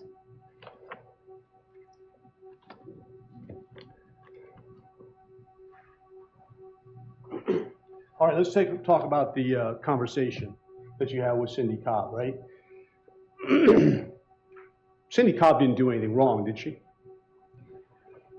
In what regard? Well, taping you. There's nothing illegal about that, was it? I don't believe there's anything illegal You're about just it. mad about it. I don't say that I'm mad about it.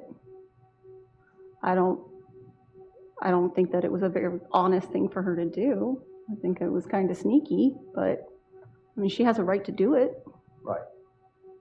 I mean, not sneaky like trying to plant drugs in somebody's car so you can get custody of the child. I mean, she participated in that too. She bought that tracker. Okay. And you saw her buy that tracker? I did not see her buy that tracker. All right. So you're just basing that on what somebody else said. True. But in no time did you hear Brittany Dunson ever say that she saw Cindy Cobb following her. The only person she said she saw following her was you. That's true. She never said she saw Chad following her or Chad's mother. Only you. True.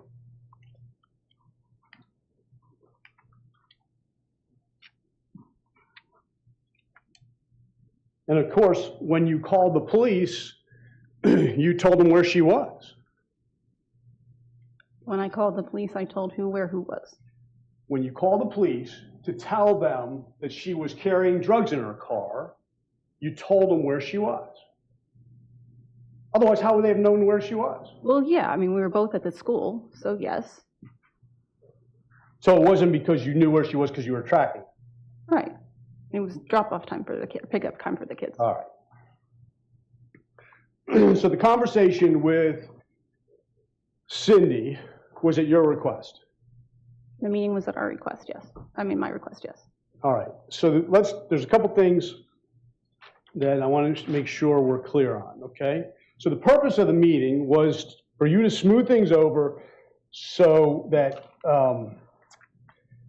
Chad would stop telling you to, or so that Chad wouldn't, quote, tell more about my involvement with Ashley. Yeah, I wanted him to stop threatening me. And that you just wanted to raise your children and not go to prison. That was the purpose of the meeting. You could sum it up that way, sure. What also became clear in that meeting was that Grace, the only child you weren't raising that wasn't your biological child, took the brunt of your frustration, pent-up frustration with Chad. Yes. Now, you've come up with a version of the poop eating story. That's the first time we've ever heard that it was meatloaf, too, right? I've never spoken about it before. Right. So you heard Grace testify. Clearly, she believed she was eating dog poop. I agree. Today, that's what she believes. So your version of this is that she was eating meatloaf. You gave her and served her meatloaf for dinner. Yes. And she said, it tastes like poop. Yes. And then you This is dog said, poop. well, then eat the poop. Yes, I said And that. from all that, there's this horrible, traumatic thing that you even acknowledged was repulsive and disgusting. Somehow that turned into her eating dog poop. Yes. And so it was, again, just a big misunderstanding that she referred to your meatloaf as dog poop. No, it wasn't a misunderstanding. She said it, and then I, as a horrible parent, reinforced that idea. So you told her, well, yes, it is dog I poop. said, yes, it is dog poop, and you're going to eat it. And you don't think that as a 6 or 7 year old, she didn't know what dog poop was? I mean, she was probably 4 at the time. I'm sure she knew what dog poop was, but she became hysterical over it. She clearly believed it. You also admitted to Cindy Cobb that you did wrong by Grace, correct? Yes. And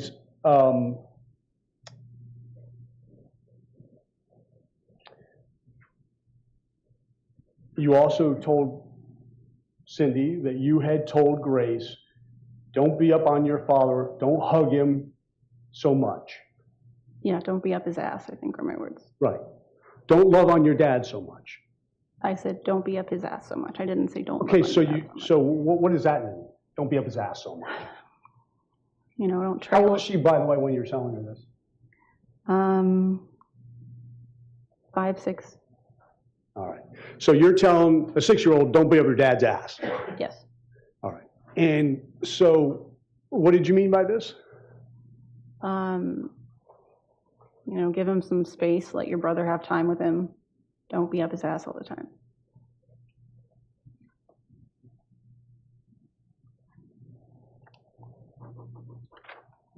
All right, we'll come back to that because I can't locate where that is. I'm going to play that for you. Fair? Let's talk about Ashley for a minute. Also, one of the things that came very clear in here is that you hated Ashley and had a rivalry with her. Yes? Yes. And you have even threatened her in the past, threatened to kill her in the past. No. You never threatened to kill her. No. You never threatened to rip her head off, shove it up her ass, and kill her. I never said that.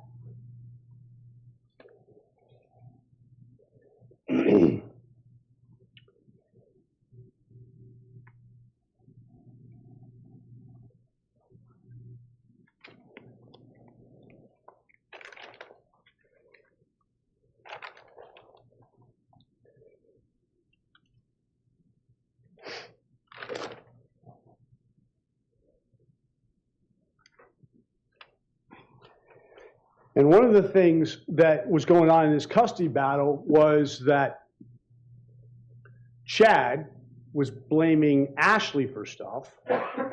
Ashley was blaming Chad for stuff. And in this conversation you had with Cindy, it became clear that they should have been worrying about you. I think that Chad was the major problem between all the parties. But I wasn't about to say that to Cindy. But you engaged with Ashley, didn't you? It wasn't just Chad. You engaged with Ashley over this custody battle. Not really. Never. Not that I recall.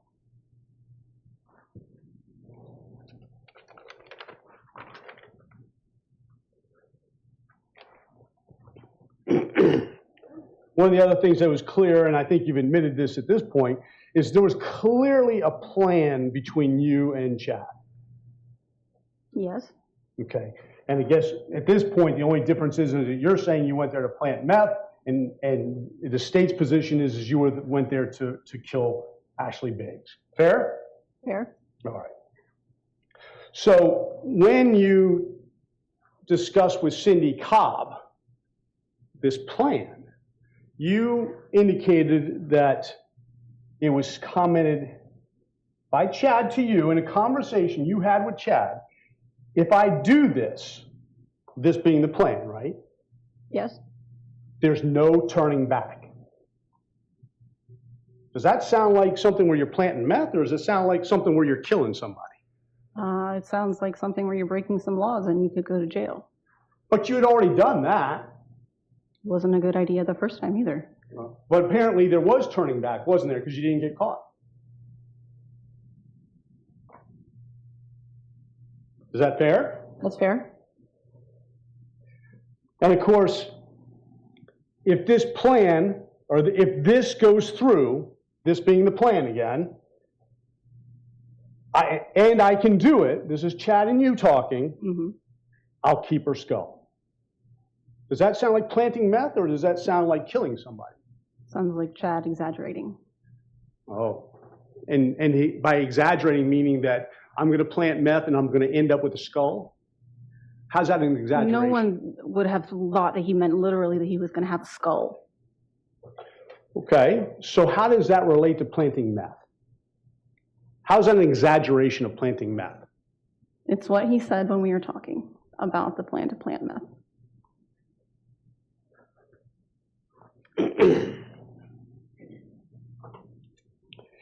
And don't you think it's odd? I don't know if odd's the right word, but Judge, can I Read the docu-share. Yeah, please. That he's referring to keeping her skull, and just by coincidence, this is the outfit that he used that night. Is this a meth planting outfit, or is this a killing outfit? Looks like an outfit for someone who doesn't want to be seen. Okay, doesn't want to be seen and has duct tape, a taser, and flashlight. What do you need all that for if you don't want to be seen? That wasn't part of our plan. I don't know why he had those things. But it does seem awful odd that this looks like something somebody would use to murder somebody, and instead of talking about drugs or meth, we're talking about skulls being kept. I don't think it looks like stuff that someone would use to murder someone. But in fact, it was. Yes? And throughout this whole process, it became very clear that it took two of you to do this. I made the phone call, yes. All right. So if the plan was for the meth, you're guilty of conspiring or being complicit in planting meth. And if it was aggravated murder, then you were guilty of complicity to aggravated murder. If I had planned to commit an aggravated murder, I think that would be complicity, yes. All right. So there's no question there. If you're talking about aggravated murder, if you're talking about the death and killing of Ashley Biggs, then clearly you were involved. I am not talking about. I understand that's your position. But if the jury believes that this conversation is about the killing of Ashley Biggs, clearly by your admissions in this tape, you were complicit. That's fair.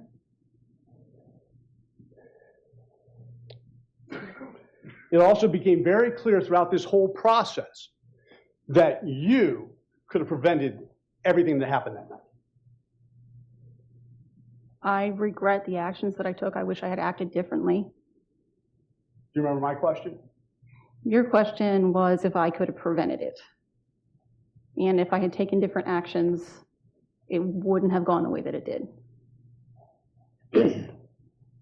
Could I have prevented Chad from ever doing anything? I mean, I think I also say on the tape that Chad does what Chad wants. But that night, I regret what I did.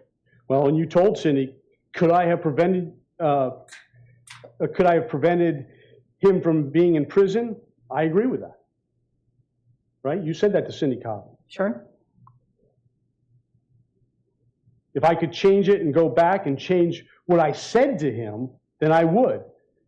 But it's not fair to put it all on me. So you didn't think it was fair that it was put all on you, but you said something to him that clearly motivated him to go forward, right? Throughout the custody battle, I really pushed him. Cindy really pushed him. We all were really hard on him to try to resolve the custody situation. And you told Cindy, I know I did what I did, but not because I'm complete trash. So you knew what you did. I mean, there are a lot of things that I did. With Grace, with getting with Mike, with the plan to plant the drugs. I was referring to all of those things. Okay. And Cindy asked you if you had said, no way in hell we're doing this, he wouldn't have done that. And your response was, that's very true, correct? Yes. So he would listen to you. Sometimes.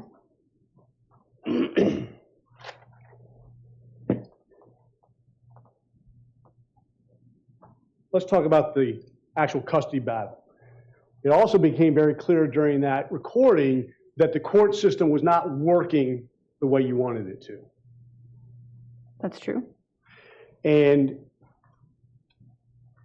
you discussed with Cindy all the things that you went through. You talked to her about the court stuff that you had gone through, and just glancing at it upset you, and all the bullshit and the wall hitting that you went through. Do you remember that? Yes. And that was very frustrating to you, right? Yes. And you told her that's not how it's supposed to go. That's true. You told her that the magistrate who gave Ashley a temporary CPO, she should have never done that. I believe I said that, yes.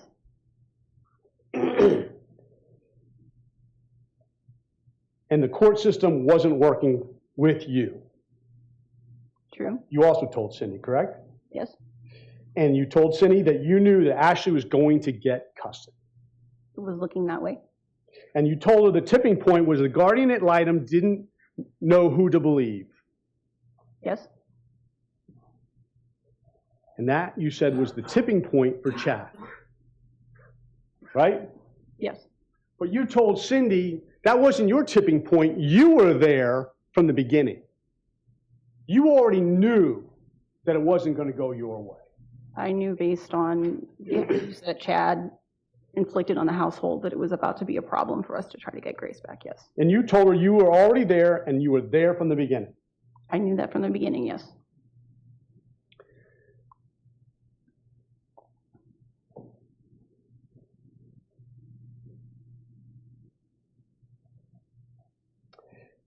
You knew what the situation was, and based on what had happened, you said to Cindy that you told Chad, these are the courses of action that can happen. Granted, one I should have left out. Correct? Yes. And that was what? That you had come up with this course of action to plant the meth? You told us earlier it was Chad. I wasn't actually referring to the one that I should have left out as being the plan. I was referring to the his terminating his rights, because I think that was what really, it was that dichotomy of I'll just give up, and then when he would go the other way, and well, we got to do something. I think it created more tension and more pressure. So when you told him the tipping point is Ashley's going to get custody, so here's what we can do about it. I didn't tell him here's what we can do about it. I had in my mind, this can happen, this can happen, this can happen. Like, he could terminate his rights was an option. We could accept that Ashley was going to raise her. Those ultimately Chad came up with an illegal idea, but those were the things off rip that I knew could happen. So you're saying that the one you should have left out is one that didn't even happen? It sounded like you were talking about regretting not leaving it out because she ended up dead. No.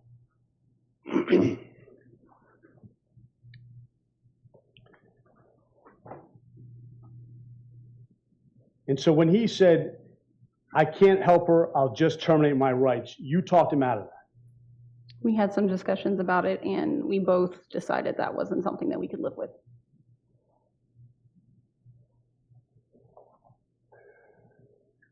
You told Cindy that knowing what Grace would become if Chad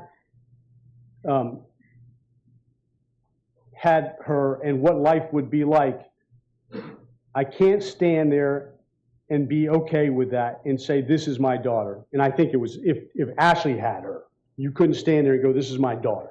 Is that fair? I said that, yes. And then you talked about a story about your boss, and that the boss had a situation where there's nothing they can do about it.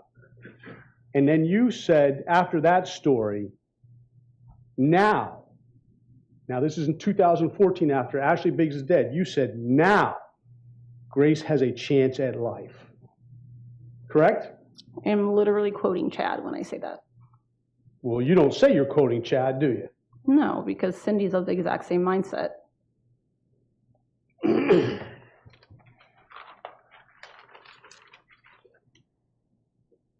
So you were talking about your boss and the story she told you, and then you decided to quote Chad about now Grace has a chance at life? Yes.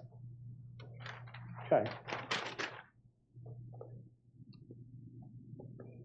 And then you said to Cindy, with Ashley, you didn't see a chance for her to be anything but what Ashley was, because Grace was already picking all that shit up. That's what you said. That is what I said. Right. So you were telling her she had no chance. Grace had no chance being with Ashley because she was already becoming like Ashley. That's what Cindy and Chad believed, and I was reinforcing that position in my conversation with Cindy. So you're saying that these aren't your words? They're coming out of my mouth. They didn't originate from me. This is their position. I'm trying to sympathize with them. Well, let's play that. Sure.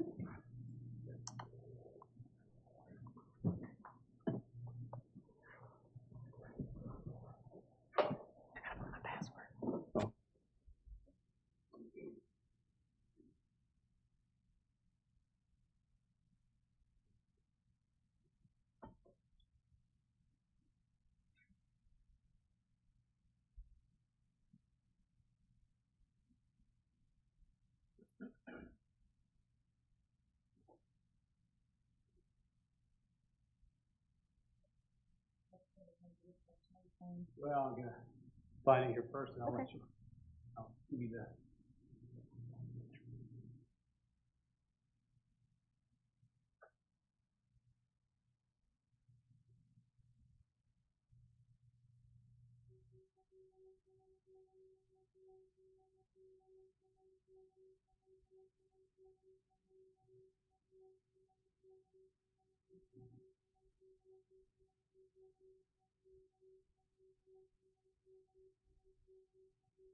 I'll start at 152.46. I might got two. I couldn't any more than he could say that was okay. Not because he thinks I had this big thing with Ashley, like it's a big battle between who, you know, and granted we hated each other and there was definitely a rivalry, but it was just knowing what she would become if they had her and what her life would be like. I can't stand there and be okay with it and say this is my daughter. My boss, her husband has one biological child who the mother has raised because he was in the Navy. And the mother is a piece of crap. She's just an absolute piece. She actually is very much like what Ashley would have been at that age. And now the daughter has picked up, at 15 years old, has picked up on all those habits in the exact same way. And they tried to get custody of her over this past summer, which was a lot of fun for me at work while she was doing nothing but trying to work on that. And then she turned around and just totally backstabbed them because she didn't like the fact that there were rules. Had her mom come after they had spent all this money and so forth, and she's just like her mom. There's nothing you can do for her at this point, and that would have been Grace. Now Grace has a chance at life. She had a chance at being a person with a life. And with Ashley, she would have, I don't see a chance for her to have been anything like but what Ashley was, because she was already picking up all the shit. Yeah. So you're quoting Chad there? Is that what you're telling this jury? I'm telling you and the jury that I know that Cindy and Chad believe that Ashley was a piece of crap. This has been a long-standing thing, that they believe that Grace had no chance at a life with her and would have grown up to be just like her. These are conversations that we've had lots of times. And so I am just jumping on the bandwagon because I know that's how Cindy feels. So you're lying to her? I mean, I don't say that I'm lying to her. I'm reinforcing how she believes. So you are saying things that you don't believe to get some benefit. I guess it's fair to say that I partially believed it too, because I had heard so much crap about who Ashley was, that I didn't want Grace to grow up and, not be a productive person. But really, I kind of took that tack because I know how much Cindy loathes Ashley. So when you said you were not talking about yourself. You were talking about Chad and Cindy, and then you were just saying what you thought they wanted to hear. I was just saying what I knew she would sympathize with, yes. That would be deceptive. Sure. And so now here we are with this jury deciding your fate. And how are we supposed to know that you're not just telling them what you think they ought to hear? I can only tell you. I can't make you believe it. But this is clearly something you've done throughout this case.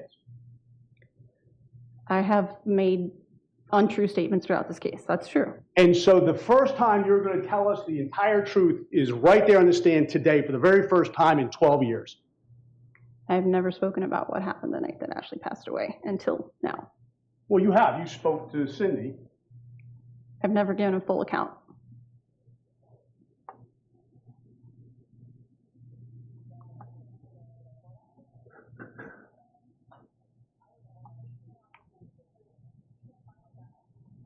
It's playing, but it's not. The volume went away somehow. No, here. Wait, just tell me when you're ready. There you go.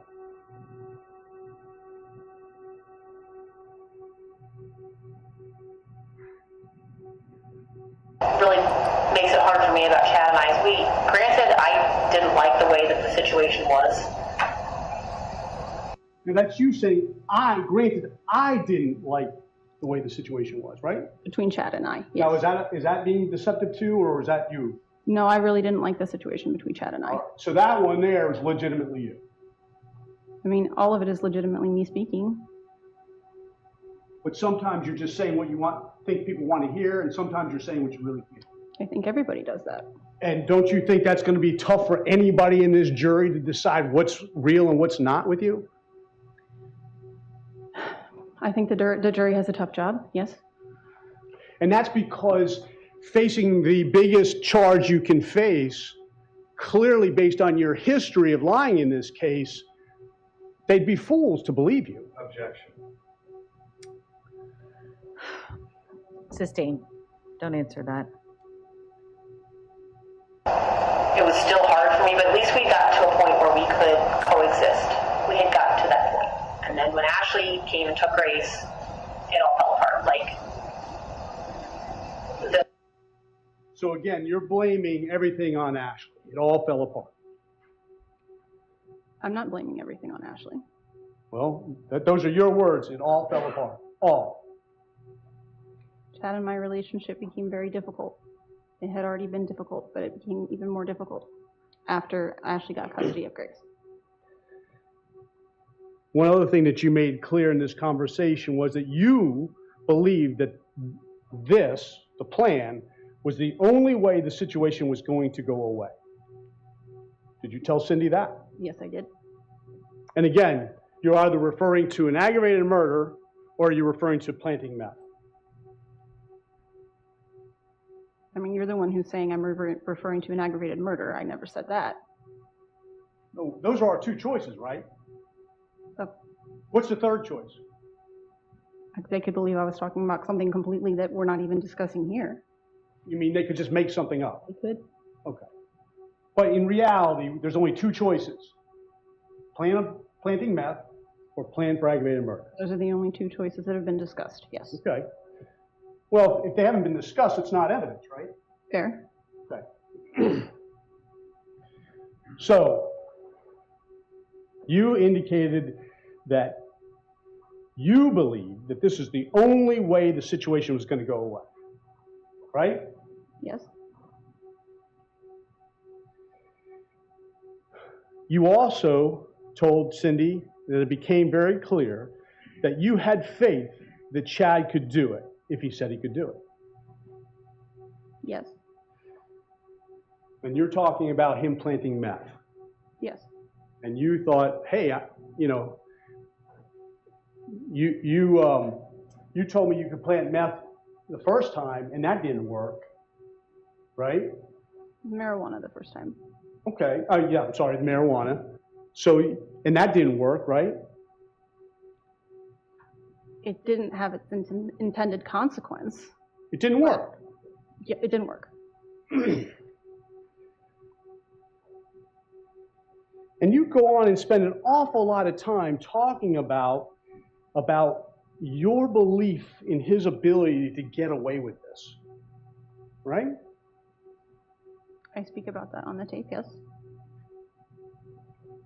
You even indicated that you'd been over it so many times that you would fight about it. You were like, quote, this is the only way the situation will go away. That's what you told Chad. Yes, I said that to him sometimes. You also told Cindy that he felt pressured by you to do it. Correct? I told her that, yes. And you told her you thought he was the only one who could do something about it. Yes. And so now you're talking about you thought that you were incapable of planting the meth, that he was the only one that could possibly plant that meth. I thought he was the only one who come up with a plan to plant drugs on Ashley and get away with it. Yes.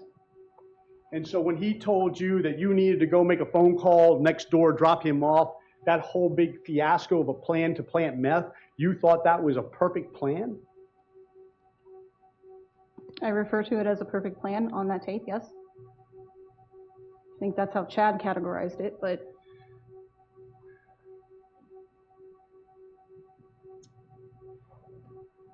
and you said if he said he couldn't do it, it wouldn't have happened.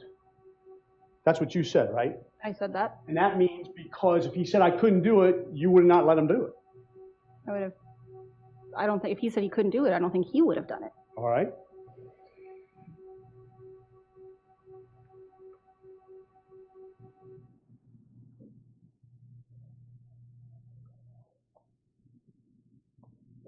And you said to Cindy, in hindsight, you would have told him it was too risky. Yes. And you're talking about planting meth, Yes. even though you had already gotten away with it once. Yes.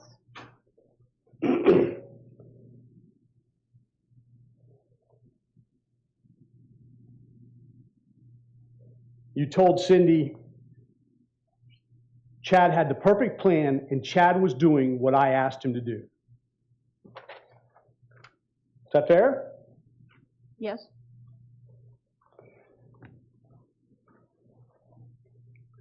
So when you talk with your attorney about all this being Chad, it seems like this conversation is replete with you talking about you being in control of preventing Chad from doing it if you wanted to, right?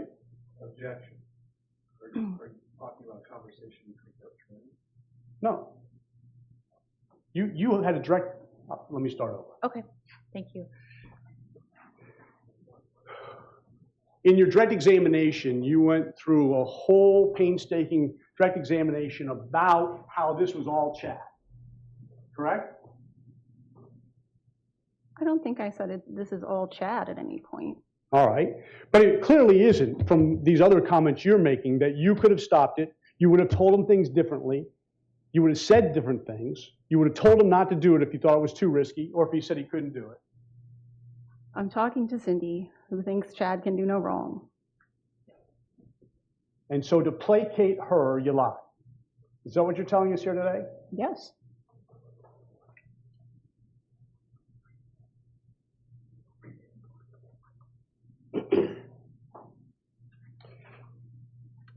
I find it very curious that during this conversation with Cindy, in which you're telling us today that the whole entire plan, you're spending all this time talking about a plan to plant meth. At no time during that 3 hours did you ever talk about the fact that it said, hey, Cindy, look, I don't know what happened. We were just going there to plant some drugs. I wish I would have said that now. And it turned out that he ended up killing her. Never does that come up. You never try and placate her with that. Do you? I don't mention meth on that tape. No, I don't. And you don't explain that that's what you were going to do when he ended up killing her. But she already knows that. We've had previous conversations about this. Well, this is the first we've heard of this, right? That I've spoken to her before about Chad's. You told her before about the meth? We've had conversations prior to this about the plan. Yes. And this is the first time we're hearing this, correct? You didn't even say that with your attorney on direct examination, did you? He didn't ask. All right. So at no time does that come up at all. Matter of fact, she says, I think he snapped, like any mother would hope, right? Right, like where the plan is to plant drugs and he ends up killing her. He must have either snapped or something happened because the plan wasn't to commit murder. Something happened that something went wrong. And you actually told her you didn't think he snapped. No. How come you didn't placate her in that circumstance? You're really good at your job. The conversation that we had is not me, like under oath. It's not, you want to parse it down into little pieces. It's challenging for me to answer you. So you're suggesting that because it wasn't under oath, you were free to lie? Sure. And that the only thing that's keeping you from lying here today is because the judge said to write your right hand and tell the truth, and that's what somehow has made you into a truth teller? I'm just telling you that I'm sitting here telling the truth. Which happens just to be at the most important time in your life. I mean, this is a very significant time in my life, sure. If this conversation was about a plan to kill Ashley Biggs, you wouldn't admit it to us, would you? I'm not sure that I would take the stand.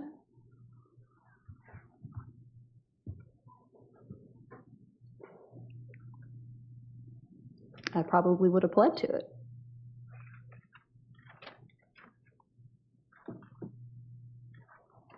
You're saying that if you commit a crime, you would just plead to it? I'm saying that if I had committed aggravated murder, I don't think I would have taken it to trial.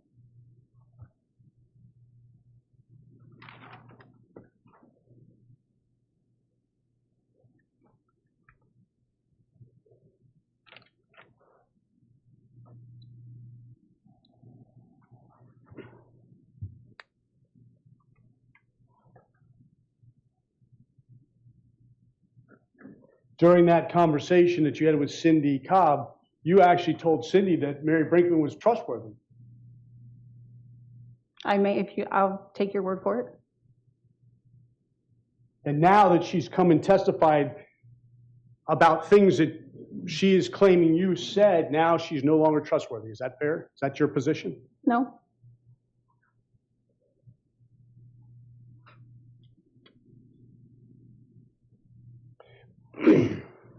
One of the things that, of all the things in this case, that benefits both you and Chad right now, currently, is the premeditation part, correct? I don't think anything benefits Chad now.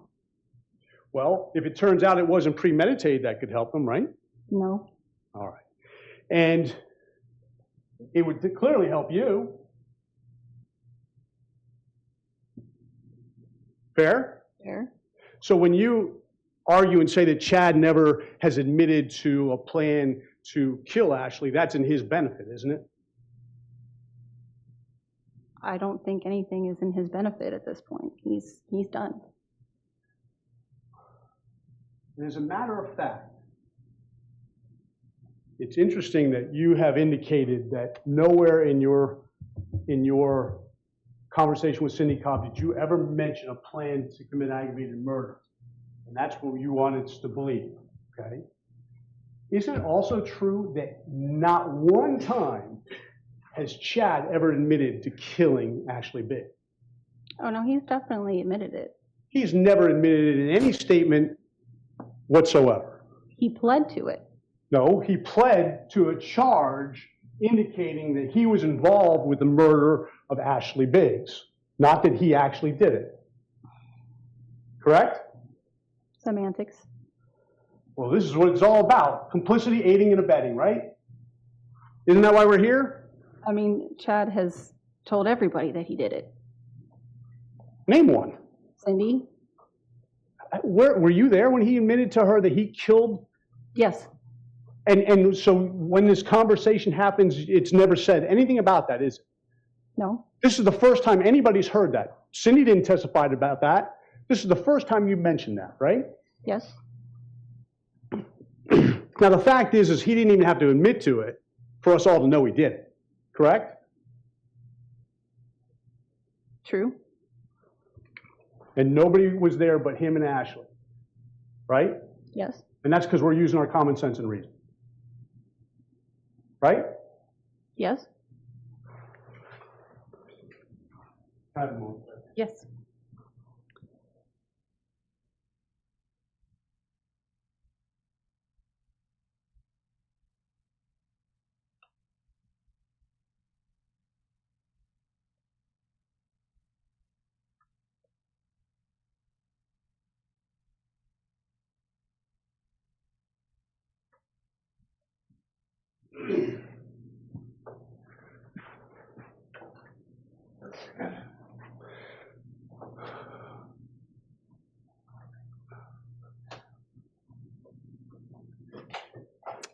You just told us that Chad Cobb admitted to Cindy that he killed Ashley. Yes.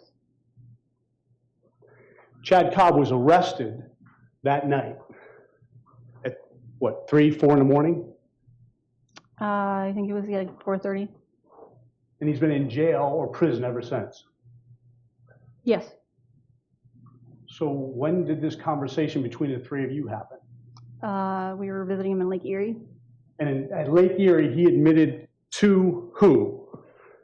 He just referenced it. All right. And once again, the only person that we have to go on to believe that is you. Cindy could tell you. Chad could tell you. He didn't, though, did he? No, he didn't. So once again, it's your word we have to go on. Yes, And really it doesn't matter, does it? Because we all agree that he did it, right? yes.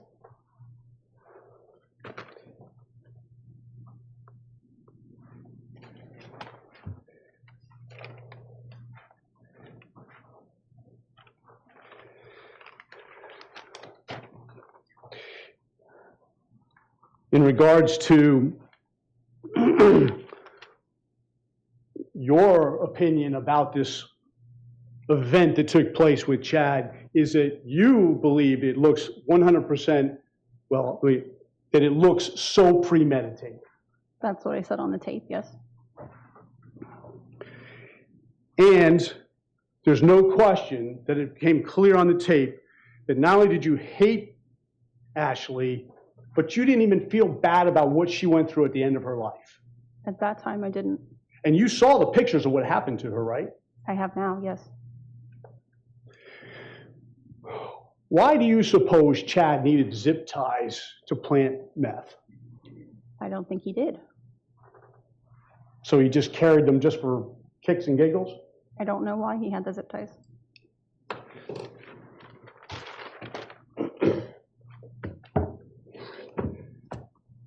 And the fact that your husband, you believe, just committed this horrendous crime,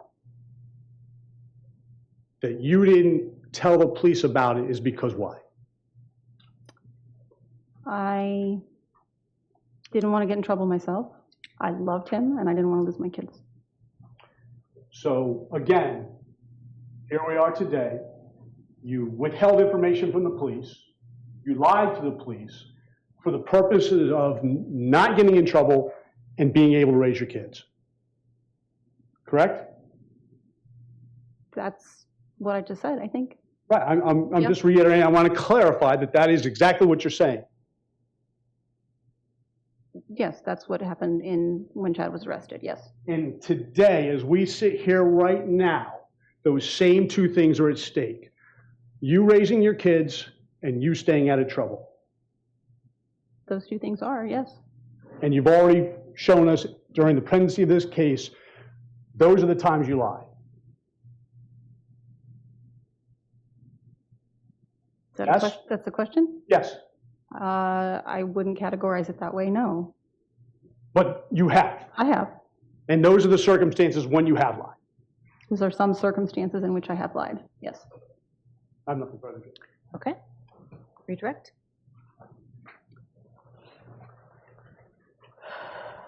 Just briefly, Erica, Mr. LaPrinzi talked a lot about this is the first time we're hearing this. This is the first time we're hearing that. Is that correct? Yes. He's talked a lot about, not knowing any of this until this very moment, correct? Yes. Is this the first time that you have sat down under oath and talked to a jury on this case? Yes. I have no further questions. Alrighty, that wraps up her testimony. That was very, very interesting to hear. Some things that stood out to me was the fact that she obviously had an answer for just about everything, and listening to her talk her way through those recordings was really interesting. For example, one thing that stuck out was when she said in the recording, if they knew what I had done as well, I would be in jail as well as Chad. And, our mind goes straight to the crime at hand, but then her defense attorney during his questioning was leaning more into the other plans that they had of planting drugs in the car and things like that, and the fact that she could have meant that. So those types of things were kind of points of like, good point. That very well could be, because I was interested to hear their reasoning and how they were going to talk their way out of it. So to hear them trying to talk their way out of that and come up with these other storylines and plots and plans that apparently were lightly discussed before throughout the trial and previous trial of them planting drugs and things like that was really interesting to hear. Whether we believe it or not is a different story, whether it's true or not is a different story, but just to hear that they had come up with some other kind of solutions for her answers during that recording that I guess could be interpreted in other ways. So that was a really interesting testimony to hear. It was interesting that she actually did take the stand again. She didn't have that much to lose since during her first trial, she was sentenced to life with the possibility of parole after 30 years. So it'll be interesting to see how all this turns out. Tomorrow we will go over the closing statements and verdict and see what happens in the end of this trial. So thanks as always for hanging out today, and I'll see you guys tomorrow around 1 p.m. EST.